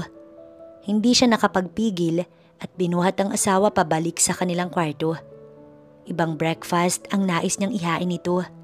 Nagiging obsessed na siya sa karigtan ni Messi. Kahit nasa opisina siya, hinahanap-hanap niya ang mabango nitong amoy. Ram, ang aga pa. Naging ungol ang gagawin sanang pagprotesta ni Messi. Pagod silang napatitig sa isa't isa pagkatapos ng namagitan sa kanila. Si Ram ay nanatiling yakap siya at minsan pang inangkin ang kanyang labi. I love you, my wife. Nanubig ang kanyang mga mata sa narinig. Tuwing sasabihin iyon ng asawa sa kanya, kakaibang saya ang bumabalot sa kanyang puso. Hindi siya makapaniwala na darating pa ang araw na ganito. Tanging si Ram lamang ang nagpuno ng higit na kaligayahang nais niya. Masaya siyang yumakap na tinugon ng halik ng asawa. You want more? Pilyo ang ngiti nito. Pwede pa ba? Baka malate ka na. Hindi na siya nagpakipot, gusto rin naman niya. Ang lakas ng naging tawa ni Ram bago siya binuhat nito patungong banyo. One more round bago ito tuluyang pumasok sa opisina. Sa araw na iyon, 2 lalaki ang bumaba sa tapat ng dating inuupahan ni Messi. Parehong armado ang mga lalaki. Walang iba kundi ang mga inutusan ni Francis na hanapin si Margarita at may nakapagsabi sa dalawa na dito matatagpuan ang naturang babae. Palinga-linga ang mga ito. Bukas ang bahay at may 2 binatilyong naglilinis. Tanungin mo pare. Utos ng isang lalaking magubat ang muka, payat at maraming puting buhok. Nagsindi naman muna ng sigarilyo ang inutusang lalaki na may kalakihan ng mata, maitim at walang ipin sa harapan. Sa madaling sabi, bungal at parang bata na pinaglaruan ng usok ng sigarilyo bago mayabang na humakbang palapit sa isang binatilyong abala sa pagwawalis. Tinakpan na rin ng jacket ang baril na nasa tagiliran ng lalaki at baka matakot ang bata. Boy, nandyan ba si Margarita? Napaangat ng tingin ng binatilyo. Sinuyod nito ng tingin ang pangit na lalaki at kinunutan lamang ng noo. Muling nagwalis na tila walang narinig. Boy, narinig mo ba ako? Nakadama ng inis ang lalaki. Muling nag-angat ang muka ang binatilyo. Sino ho ba kayo? Yamot na tanong ng bata dahil mukha itong kriminal. Ako? Nag-isip naman ang isasagot ng bungal. Ako ang nawawalang asawa ni Margarita. Ano ho? Nanlaki ang mga mata ng binatilyo na parang nakakita ng multo. Bakit, may problema ba? Taka naman itong tanong. Patay na po kasi ang asawa ni Aling Margarita. Sabay takbo ng binatilyo. Nakagat naman ng lalaki ang isang daliri na mukhang palpak yata ang ginawa niya. Lumapit naman ang isang lalaki na nakikinig lang sa diskarte ng kasamahan tsaka ito mahinang binatukan. Sira ka talaga. Tinakot mo pa yung bata. Wala kang kwenta. Ako na nga ang didiskarte. Inis na gustong upakan ng kasamahang lalaki at kumatok sa pinto. Matagal bago iyon binuksan ng isa pang binatilyo. Kuya, wala na po dito yung hinahanap niyong Margarita. Kalilibing nga lang po at kaya kami naglilinis dahil may bago na ulit na uupa. Sabay turo ng karatulang nakasabit sa pader at may nakasulat na apartment for rent. Nagkatinginan agad ang dalawa bago nagpalitan ng ngiti. Agad umalis sa tinungo ang sasakyan. Boss, solved na ang problema ninyo. Kausap ngayon ni Francis ang 2 inutusan para hanapin si Margarita. Linawin mo anong solved na. Bahagyang na-excite si Francis. Patay na si Margarita, boss. Tumawa pa ang kausap niya sa kabilang linya. Buwisit, bakit mo pinatay? Nagbago na ang isip ko. Gusto ko ako ang magdadala sa kanya sa harapan ni Dad para matuwa siya sa akin at ako na rin ang bahalang magligpit sa kanya. Asar na wika ni Francis.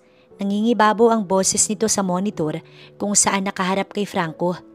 Walang kaalam-alam ang lalaki na nagpalagay si Franco ng hidden camera sa loob ng mansyon para alam niya ang bawat kilos ng kanyang anak-anakan. Boss, hindi namin pinatay si Margarita, kundi wala na siya. Wala na rin ang kanyang asawa. Pareho na silang sumalangit. Yun ang ibig kong sabihing wala na. Paliwanag ng kausap ni Francis, kaya naman lumapad ang ngiti ng lalaki. Tumawa pa ito na parang sinasapian ng masamang espiritu. Kung gano'n na, saan ang anak ni Margarita at Arthur? Hanapin ninyo siya at iharap sa akin. Ako na ang bahala sa kanya. Pagkatapos nito, pwede na kayong 2 magbakasyon kasama ng perang ibabayad ko. Pagkuway tumawa ng malakas si Francis. Ang saya niyang wala ng kaagaw sa kayamanan ng pamilyang Abela. Habang si Franco, hindi makapaniwalang patay na ang nag-iisang anak na babae. Anong nangyari dito? Paanong nangyaring namatay ito? Labis na nangipuspos ang kanyang kalooban. Hindi man lang siya nakahingi ng tawad sa kanyang anak. Kailangang kumilos siya bago maunahan ni Francis. Hahanapin niya ang kanyang apo. Kailangan siyang unang makakita sa anak ni Margarita bago pa ito mapahamak. Pasusubaybayan niya si Francis. Kailangang alam niya ang bawat kilos ng lalaki para sakaling mahanap nito ang kanyang apo, matutuntun niya kaagad. Pagdating sa office ni Ram, pinahalungkat niya sa kanyang sekretary ang resume ng asawa noong nag-apply ito sa restaurant. Tinignan niya ang buong kumpirmasyon tungkol kay Messi. Nakalagay doon ang kompletong pangalan ng mga magulang nito. Messi Abila Quizon ang buong pangalan ng asawa. Bigla niyang naisip si Mr. Franco Abila. May koneksyon kaya ito sa business partner ng dad niya? Ito kasi ang kilala niyang tao sa Santa Rosa na may malawak na hasyenda. Seryosong nakatitig si Ram sa resume ng asawa nang tumunog ang kanyang cellphone. Ang ina niya ang nasa kabilang linya. Yes, Mom. Bungad niya nang sagutin ang tawag. Sa araw na iyon ay kasalukuyang papunta si Samantha sa bahay ni Ram at ipagpapaalam niya si Messi. Tama si Katrina. Kapag gusto niyang maging sosyal ang kanyang manugang, bakit hindi niya true ang maging sosyal? Nagmula siya sa mahirap, katulad sa pamilyang kanyang pinagmulan, at maiahon sa hirap ang pamilya sa pamamagitan ni amante. Nasanay siyang napapaliguan ng papuri. Maganda siya kaya nagustuhan ng napangasawa, pero dahil sa kabutihang loob ng mga magulang ni amante, tinanggap siya maging ang kanyang pamilya. Hindi siya ikinahiya, bagkus ay binihisan at pinag-aral, kaya ngayon ay kaya niya nang makipagsabayan sa mga amiga niyang sosyal, isa na doon si Katrina. Alam nito ang pinagmulan niyang pamilya, kaya marahil ganoon din ang advice na ibinigay nito sa kanya. Agad namang pumayag si Ram nang ipagpaalam niya ang asawa nito. Mommy, bulalas ni Messi nang mabungaran sa labas ng bahay ang kanyang biyanan. Agad itong nakipagbeso sa kanya. Yes, ako nga. Ipinagpaalam na kita sa anak ko. Magbihis ka at may pupuntahan tayo. Saan ho? Nakakunot ang noo ni Messi. Kasalukuyan pa naman silang naglilinis ng bahay katuwang ni Manang. Wala kasi siyang magawa sa bahay, kaya naman nagdesisyon siyang maglinis na rin para hindi mainip. Samahan mo ko sa shopping mall at salon. Tutal naman wala kang gagawin. Hihintayin kita sa kotse. Sabi nito at tumalikod. Nagtataka naman niya itong sinundan ng tingin, pero sa huli ay napangiti. Noong una, akala niya talaga maldita ang biyanan niya. Yun pala ay kasing bait ito ni Ram. Sa bagay, saan pa ba magmamana ang asawa niya kundi sa mababait niyang biyanan? Ang buong akala ni Messi, isasama lamang siya ng biyanan. Subalit ipinasukat sa kanya lahat ng mga pinili nitong damit. Lahat iyon mahal, kaya nalulula siya sa presyo. Masaya siyang sinusukatan ng sales lady. Panay ang puri nito sa kanya. Ma'am, ang ganda naman po ng anak niyo. Bagay sa kanya lahat ng mga damit na pinili ninyo. Sabi ng sales lady kay Samantha. Napatingin naman si Samantha kay Messi. Nangarap nga naman siyang magkaroon ng babaeng anak, pero hindi pinalad. Pero at least may manugang siyang kagaya ni Messi. Sa mga sandaling iyon ay nabago ang pagtingin ni Samantha kay Messi. Nang mapagkamala ng anak niya, ngiti lamang ang kanyang itinugon. Nasabi niya sa sariling walang rason para ayawan ng babae. Mahal ito ng kanyang anak at masaya si Ram sa piling ni Messi.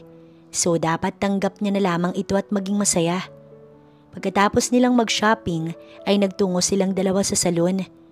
Pagagandahin pa niyang lalo si Messi. Pagkagaling nila sa salon, tumuloy silang dalawa sa bahay ng isa niyang amiga. Sa araw ding iyon, binalikan ng dalawang lalaking inutusan ni Francis ang dating inuupahan ni Margarita upang alamin kung saan lumipat ang anak ng namayapang babae. Ngunit nakasara na ang bahay at walang tao. Hindi tayo pwedeng umalis dito hanggat wala tayong nakakausap kung saan lumipat ang anak ni Margarita. Wika ng lalaking nasa driver's seat. Maghahanap ako ng mapagtatanungan. Bumaba ang isang lalaki sa kotse at lumapit sa katabing bahay ng apartment ni Margarita. Anak ba kamo ni Margarita? Balita ako'y nakapag-asawa ng mayamang amo sa restaurant. Wika ng isang ginang na napagtanungan ng lalaki. Talaga ho? Saan sila nakatira? Nag-isip ito bago umiling, pagkuway muling nagsalita. Ang mabuti pa'y doon ka magtanong sa Briones Restaurant dahil napangasawa niya ang CEO nito. Saad ng ginang. Nagliwanag ang anyo ng lalaki bago ngumisi dahil sa tuwa ng nakuhang impormasyon. Salamat, Ale. Pwede ko bang malaman kung anong pangalan ng anak ni Margarita? Bago masabi ng Ali ang pangalan ng anak ni Margarita ay may tumawag dito kaya agad nag-excuse ang ginang. Nagantay naman ng kaunti ang lalaki pero hindi na bumalik pa ang ginang. Bumalik na lang ito sa kotse at sinabi sa kasamahan na tunguhin nila ang Briones Restaurant upang malaman kung saan nga ba ang anak ni Margarita. Samantala, tinawagan naman kaagad ni Ram si Mr. Franco Avila para anyayahan mamaya para sa isang dinner sa bahay ng kanyang magulang. Malakas ang kutob niyang ito ang abuelo ni Messi, base na rin sa nakalap niyang impormasyon. Wala namang masama kung hindi ito iyon, ang mahalaga sinubukan niya. At hindi naman nabigo si Ram dahil agad pumayag si Mr. Avila. "Sir," katok mula sa pinto ng kanyang office ang narinig ni Ram saktong katatapos lamang nilang mag-usap ni Mr. Avila. Ang kanyang sekretary iyon. "Yes?" tanong niya. "May naghahanap po sa inyo sir na 2 lalaki sa labas. Papapasukin ko ho ba?" Tumango siya. Sino naman kaya yun? Narinig niyang kausap nito ang sekretary niya pero tila nagkagulo sa labas ng kanyang opisina. Tumayo siya upang mag-usisa. Pigil ng 2 gwardya ang 2 lalaki. Nakaposas ang 2 kamay. "Anong nangyayari dito?" tanong ni Ram na nagpalipat-lipat ng tingin sa 2 lalaki. "Sir, gusto kayong makaharap at nais malaman ang address ninyo. At heto may dala silang baril at walang maipakitang lisensya." Sabi ng gwardya at ipinakita sa kanya ang hawak na baril. Naghihinalang napatingin si Ram sa 2 lalaki. "Sir, pasensya na. Napag-utusan lang kaming hanapin ang anak ni Margarita. Wala kaming masamang intensyon. Ang baril na yan, proteksyon lang namin." Madramang wika ng isang lalaki. Hindi ito makatingin kay Ram. "Oo nga sir, mga mukha lang kaming sanggano pero mabuting tao kami." Sumigunda ang isa. "Sino ang nagutos sa inyong hanapin ang anak ni Margarita?" "Asawa ko ang nais niyong makita. Pwede ko kayong dalhin sa kanya kung masasagot ninyo lahat ng itatanong ko." Saad naman ni Ram.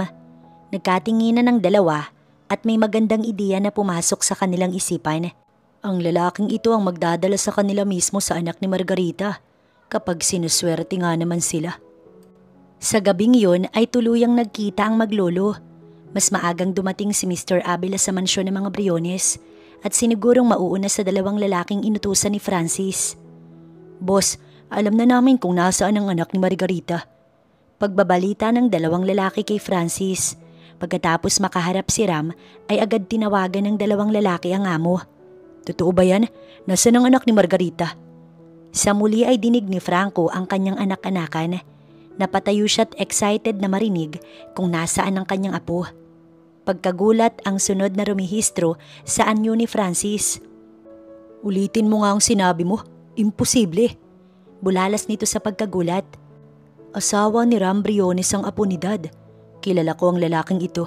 Hindi ako maaaring magkamali." Tumawa pa si Francis na tila ba nagtagumpay na. Tanging iyon lang ang pinakinggan ni Franco kaya mas inagahan niyang tunguhin ang mansyon ng mga Briones. Nagkataon namang nasa mansyon na sina Samantha at Messi galing sa mga kaibigan ng kanyang biyanan. Kanina ay tinawagan siya ni Ram na dito sila magkita. Pagdating ni Mr. Avila, sinalubong kaagad siya ni Ram. Nakangiti ito pagkakita sa kanya. "Salamat at pinaunlakan mo ang imbitasyon ko, Tito." Sa veranda ay naniyahan itong umupo ng lalaki. "Salamat." Nahinto ito sa pagsasalita nang makita ang babaeng palabas ng bahay. Walang iba kundi si Messi. Umalo ng puso ni Franco pagkakita sa apo. Nakilala niya ito dahil hawig na hawig ito ng kanyang nag-iisang anak na si Margarita. Nakangiti ang babae nang lumapit sa kanila at tumabi sa asawa. "Wife, meet Mr. Franco Avila." Pagpapakilala ni Ram kay Messi na ikinatigil saglit ng babae tumitig sa may edad na lalaki. "Franco Avila? Pangalan iyon ng kanyang abuelo. Sa sulat ng kanyang ina may iniwang larawan, ngunit mas bata nga lang iyon. Gayunman, mahahalatang ito nga ang kanyang abuelo." Nagpalipat-lipat ang tingin niya sa 2 lalaking nagtataka. "And Tito, meet my wife Messi. Nag-iisang anak ni Margarita at Arthur Cuson." Doon na nakumpirma ni Ram na ito nga ang lolo ng kanyang asawa. Agad kasi itong nilapitan ng apo at niyakap. "Messi, ikaw ang apo ko. Ikaw ang anak ni Margarita. Alam mo bang matagal na kitang hinahanap, apo?" Mangiyak-ngiyak ang matanda ng iyon ay sabihin. Si Messi ay naluha sa hindi inakalang pagkikita nila ng abuelo. Wala na kasi sa isip niyang hanapin pa ang kanyang lolo dahil masama ang loob niya rito sa pagtakwil nito sa kanyang mama noon. "Lolo, wala na po si mama." Umiiyak na pagbabalita ni Messi. Dahil huli na ang lahat sa muli nilang paghaharap, hindi na nito nakita ang kanyang ina. "Patawarin mo ko, apo, sa ginawa ko sa ina mo. Hindi ko akalaing hindi na kami muling magkikita. Patawarin mo ko, apo." Ramdam ni Messi ang hindi mapigilang luha nang yumakap din sa kanyang abuelo. Ngayon ay hindi na siya nag-iisa at mayroon na siyang matatawag na pamilya na matatakbuhan sa oras ng kailangan niya ng karamay. May abuelo siyang nagmamahal pala sa kanya. Kung sana noon pa sila nagkita-kita, baka naagapan ang karamdaman ng kanyang ina. Subalit inisip nitong galit at wala nang pakailan pa ang abuelo sa kanyang mama. Ngunit ang nakaraan, kinailangan na nilang kalimutan. Nag-iisang anak ng abuelo ang kanyang ina kaya marahil nito iyon hinanap. Laking pasasalamat niya rin kay Ram dahil naging tulay ito para magkaharap silang maglolo. Anong nangyayari dito? Nagulat si Samantha pagkakita kay Mr. Avila na yakap-yakap si Messi. Ma'am, si Tito Franco, ang lolo ni Messi. Wika ni Ram. Nasapo naman ni Samantha ang kanyang bibig dahil sa pagkagulat. Paanong nangyari to? Namamangha nitong tanong na nasisiyahan. Buong pasasalamat na lang din niya at naging maayos ang trato niya kay Messi kahit na masyado niya itong minaliit nung una. Kundi malaking kahihiyan ang inabot niya. Apo pala ito ng taong pinakamayaman sa buong Santa Rosa. Mayaman si Messi, hindi katulad ng inaasahan niyang mahirap pa ito sa daga. Ram, bakit hindi mo naman sinabi sa akin kaagad? May hinampo ang boses ni Samantha. Naku Mr. Avila, pasensya ka na't hindi ko alam na itong aking manugang ay ang apo ninyo. Napakitaan ko siya ng hindi mabuti noong una. Pasensya ka na iha. Paghingi ni Samantha ng tawad kay Messi. Wala na po yun mami. Masaya na rin ako ngayon na nagkita na kami ng lolo ko. Mabilis na inaya ni Samantha ang mga ito sa loob at nagpahanda kaagad ng dinner sa mga katulong. Tinawag na rin ang asawa na nasa silid at katulad ng naging reaksyon ni Samantha, nagulat bagaman natuwa ito sa kaalamang magkadugo pala si Messi at ang kanyang kaibigan. Dahil dito, napuno ng kasiyahan ng mansyon. Samantala, dumating naman ang dalawang lalaking inanyayahan ni Ram kanina. Palinga-linga ang dalawa sa gilid ng mansyon bago nag-doorbell. Isang gwardya ang sumalubong sa kanila at sinabing tumuloy sa loob kung saan naghihintay ang kanilang pakay. Sa sala ay naroon ang mag-asawang Briones na sina Amante at Samantha, Messi at Ram at si Mr. Avila at dalawang pulis. Alam na nilang lahat ang masamang pakay ng dalawang lalaki. Agad pinusasan ng dalawang lalaki na nahuli sa trap ni Ram. Sir, wala kaming kasalanan. Anong kaso namin? Sigaw ng bungal na lalaki habang takot na takot. Tumayo si Mr. Avila at kinuha ang cellphone ng lalaki. Tawagan mo si Francis ngayon din at sabihin mong hawak mo na ang apo ko. Utos ni Mr. Avila sa dalawang lalaking hawak na ng mga pulis. Nagkatinginan ng mga ito bago umiling-iling. Nagdeny pa ang dalawa na hindi kilala si Francis pero tinakot ito ni Mr. Avila na ipakukulong ng habang buhay. Kaya naman sinunod ng dalawang lalaki ang ipinag-uutos ni Mr. Avila. Pasasakayin nito si Francis upang mahuli sa akto at hindi na makapag-deny pa. Bagaman marami siyang video na nagpapatunay ang masama nitong gawain. Kahit si Messi ay hindi makapaniwalang naninilikado pala ang kanyang buhay sa dalawang lalaking may masamang balak sa kanya. Wala siyang kaalam-alam.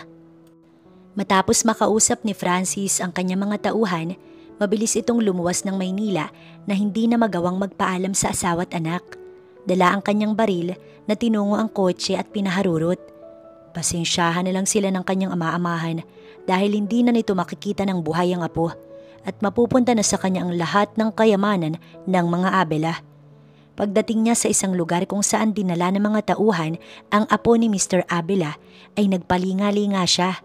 Tinawag pa niya ang dalawang tauhan na agad namang lumabas sa isang sulok. Napangisi siya. Nasaan ang magaling na apo ni Dad? Bakit hindi niyo kasama? Pinaglololoko niyo ba ako? Nagpalinga-linga pa ang lalaki.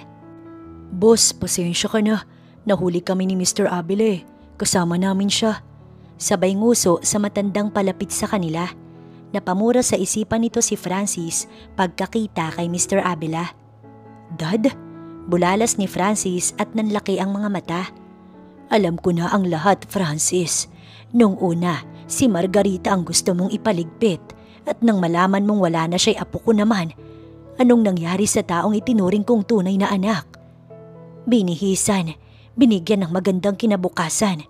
Hindi kita pinabayaan sa lansangan pagkatapos lahat ng mga mahal ko'y nais mong patayin. Wala ka ng ama simula ngayon at mabubulok ka sa bilangguan kasama ng mga kasabwat mo. Nagtatagis ang mga bagang ni Mr. Abela tsaka sinenyasan ng kasamang pulis na pusasan si Francis. No, Dad. Please, huwag mong gawin to sa akin. I'm sorry, hindi ko alam na mangyayari to. May pamilya ko, Dad. Please. Lumuhod sa harapan nito si Francis at nagmamakaawa habang humahagulgol. Naging matigas si Mr. Abela. Don't worry, ako na ang bahala sa pamilya mo. Ibibigay ko ang nararapat para sa kanila. At ikaw, pagbayaran mo ang kawalangyaan mo sa kulungan at baka sakali doon ay magbago ka. Pagkasabi noon, tumalikod na si Mr. Abela na hindi na pinakinggan pa ang palahaw ni Francis. 6 na taon nang matulin na lumipas at may 2 anak na sina Messi at Ram. Ang kanilang panganay ay 3 taon na at ang bunso naman mag-1 taon. Nakapagtapos ng kursong Business Administration ang babae at kasalukuyang pinamamahalaan ang mall na pagmamay-ari ng abuelo. Napagsabay-sabay niya ang pag-aasikaso sa asawa, mga anak at ang negosyo. Katuwang niya rito ang asawa syempre na palaging kumagabay sa kanya mula sa simula. Ang abuelo naman ay paruot pa rito na lang. May mga tauhan itong napagkakatiwalaan sa hasyenda. At naroon din syempre si Sheila na asawa ni Francis at ang kaisa-isa nitong anak na si Eman.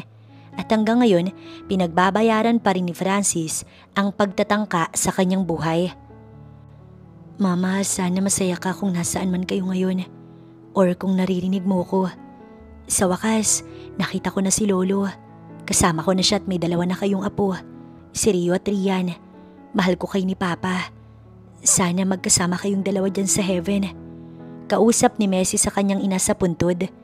Pinabago niya ang lumang libingan nito at ngayon, katabi ng ama ay alam niyang masaya ang 2. Nakikita ni Ram kung gaano mapagmahal sa magulang ang kanyang asawa.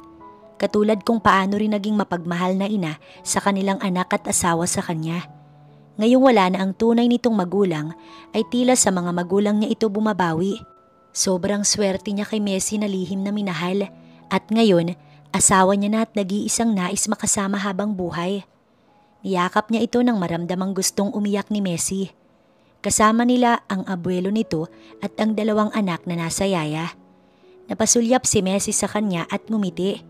Binalingan ng biyenan sa kabilang bahagi na emosyonal din, tila kinakausap ang kanyang ina ng asawa. Halika, iwanan na muna natin si Lolo. Bulong ni Ram dito. Tumango si Messi at bumalik na sila sa kotse kung saan naiwan ng 2 bata. Hindi iyon ang unang pagkakataong dinalaw nila ang puntod ng kanyang magulang.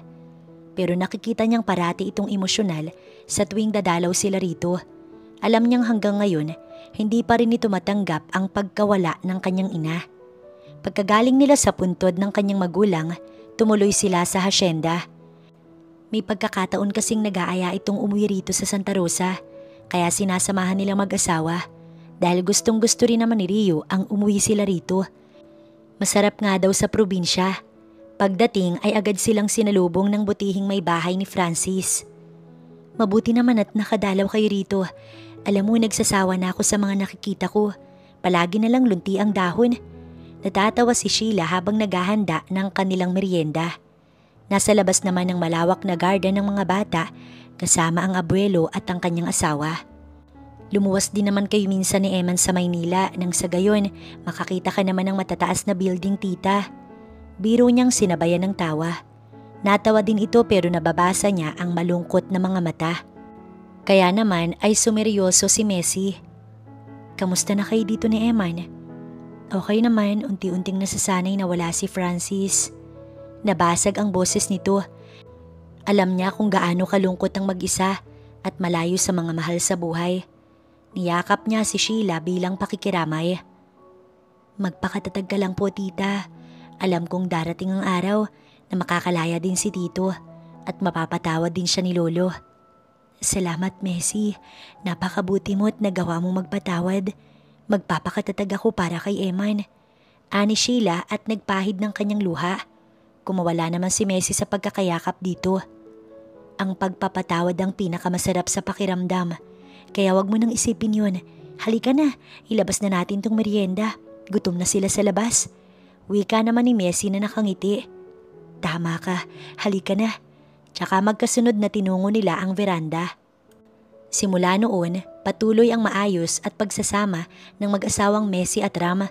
Mas naging matibay palalo ang kanilang pagmamahalan habang lumalaki ang kanilang mga anak at ang mga taong nais sirain ang buhay ni Messi, napatawad na niya. Sina Digna at Lauris, maging ang Tito Francis niya na ngayon ay nakakulong pa. Tunay ngang pinagpala siya sa kabila ng maraming pagsubok na pinagdaanan dahil ang lahat ng yun ay batayan upang matuto siyang lumaban sa buhay.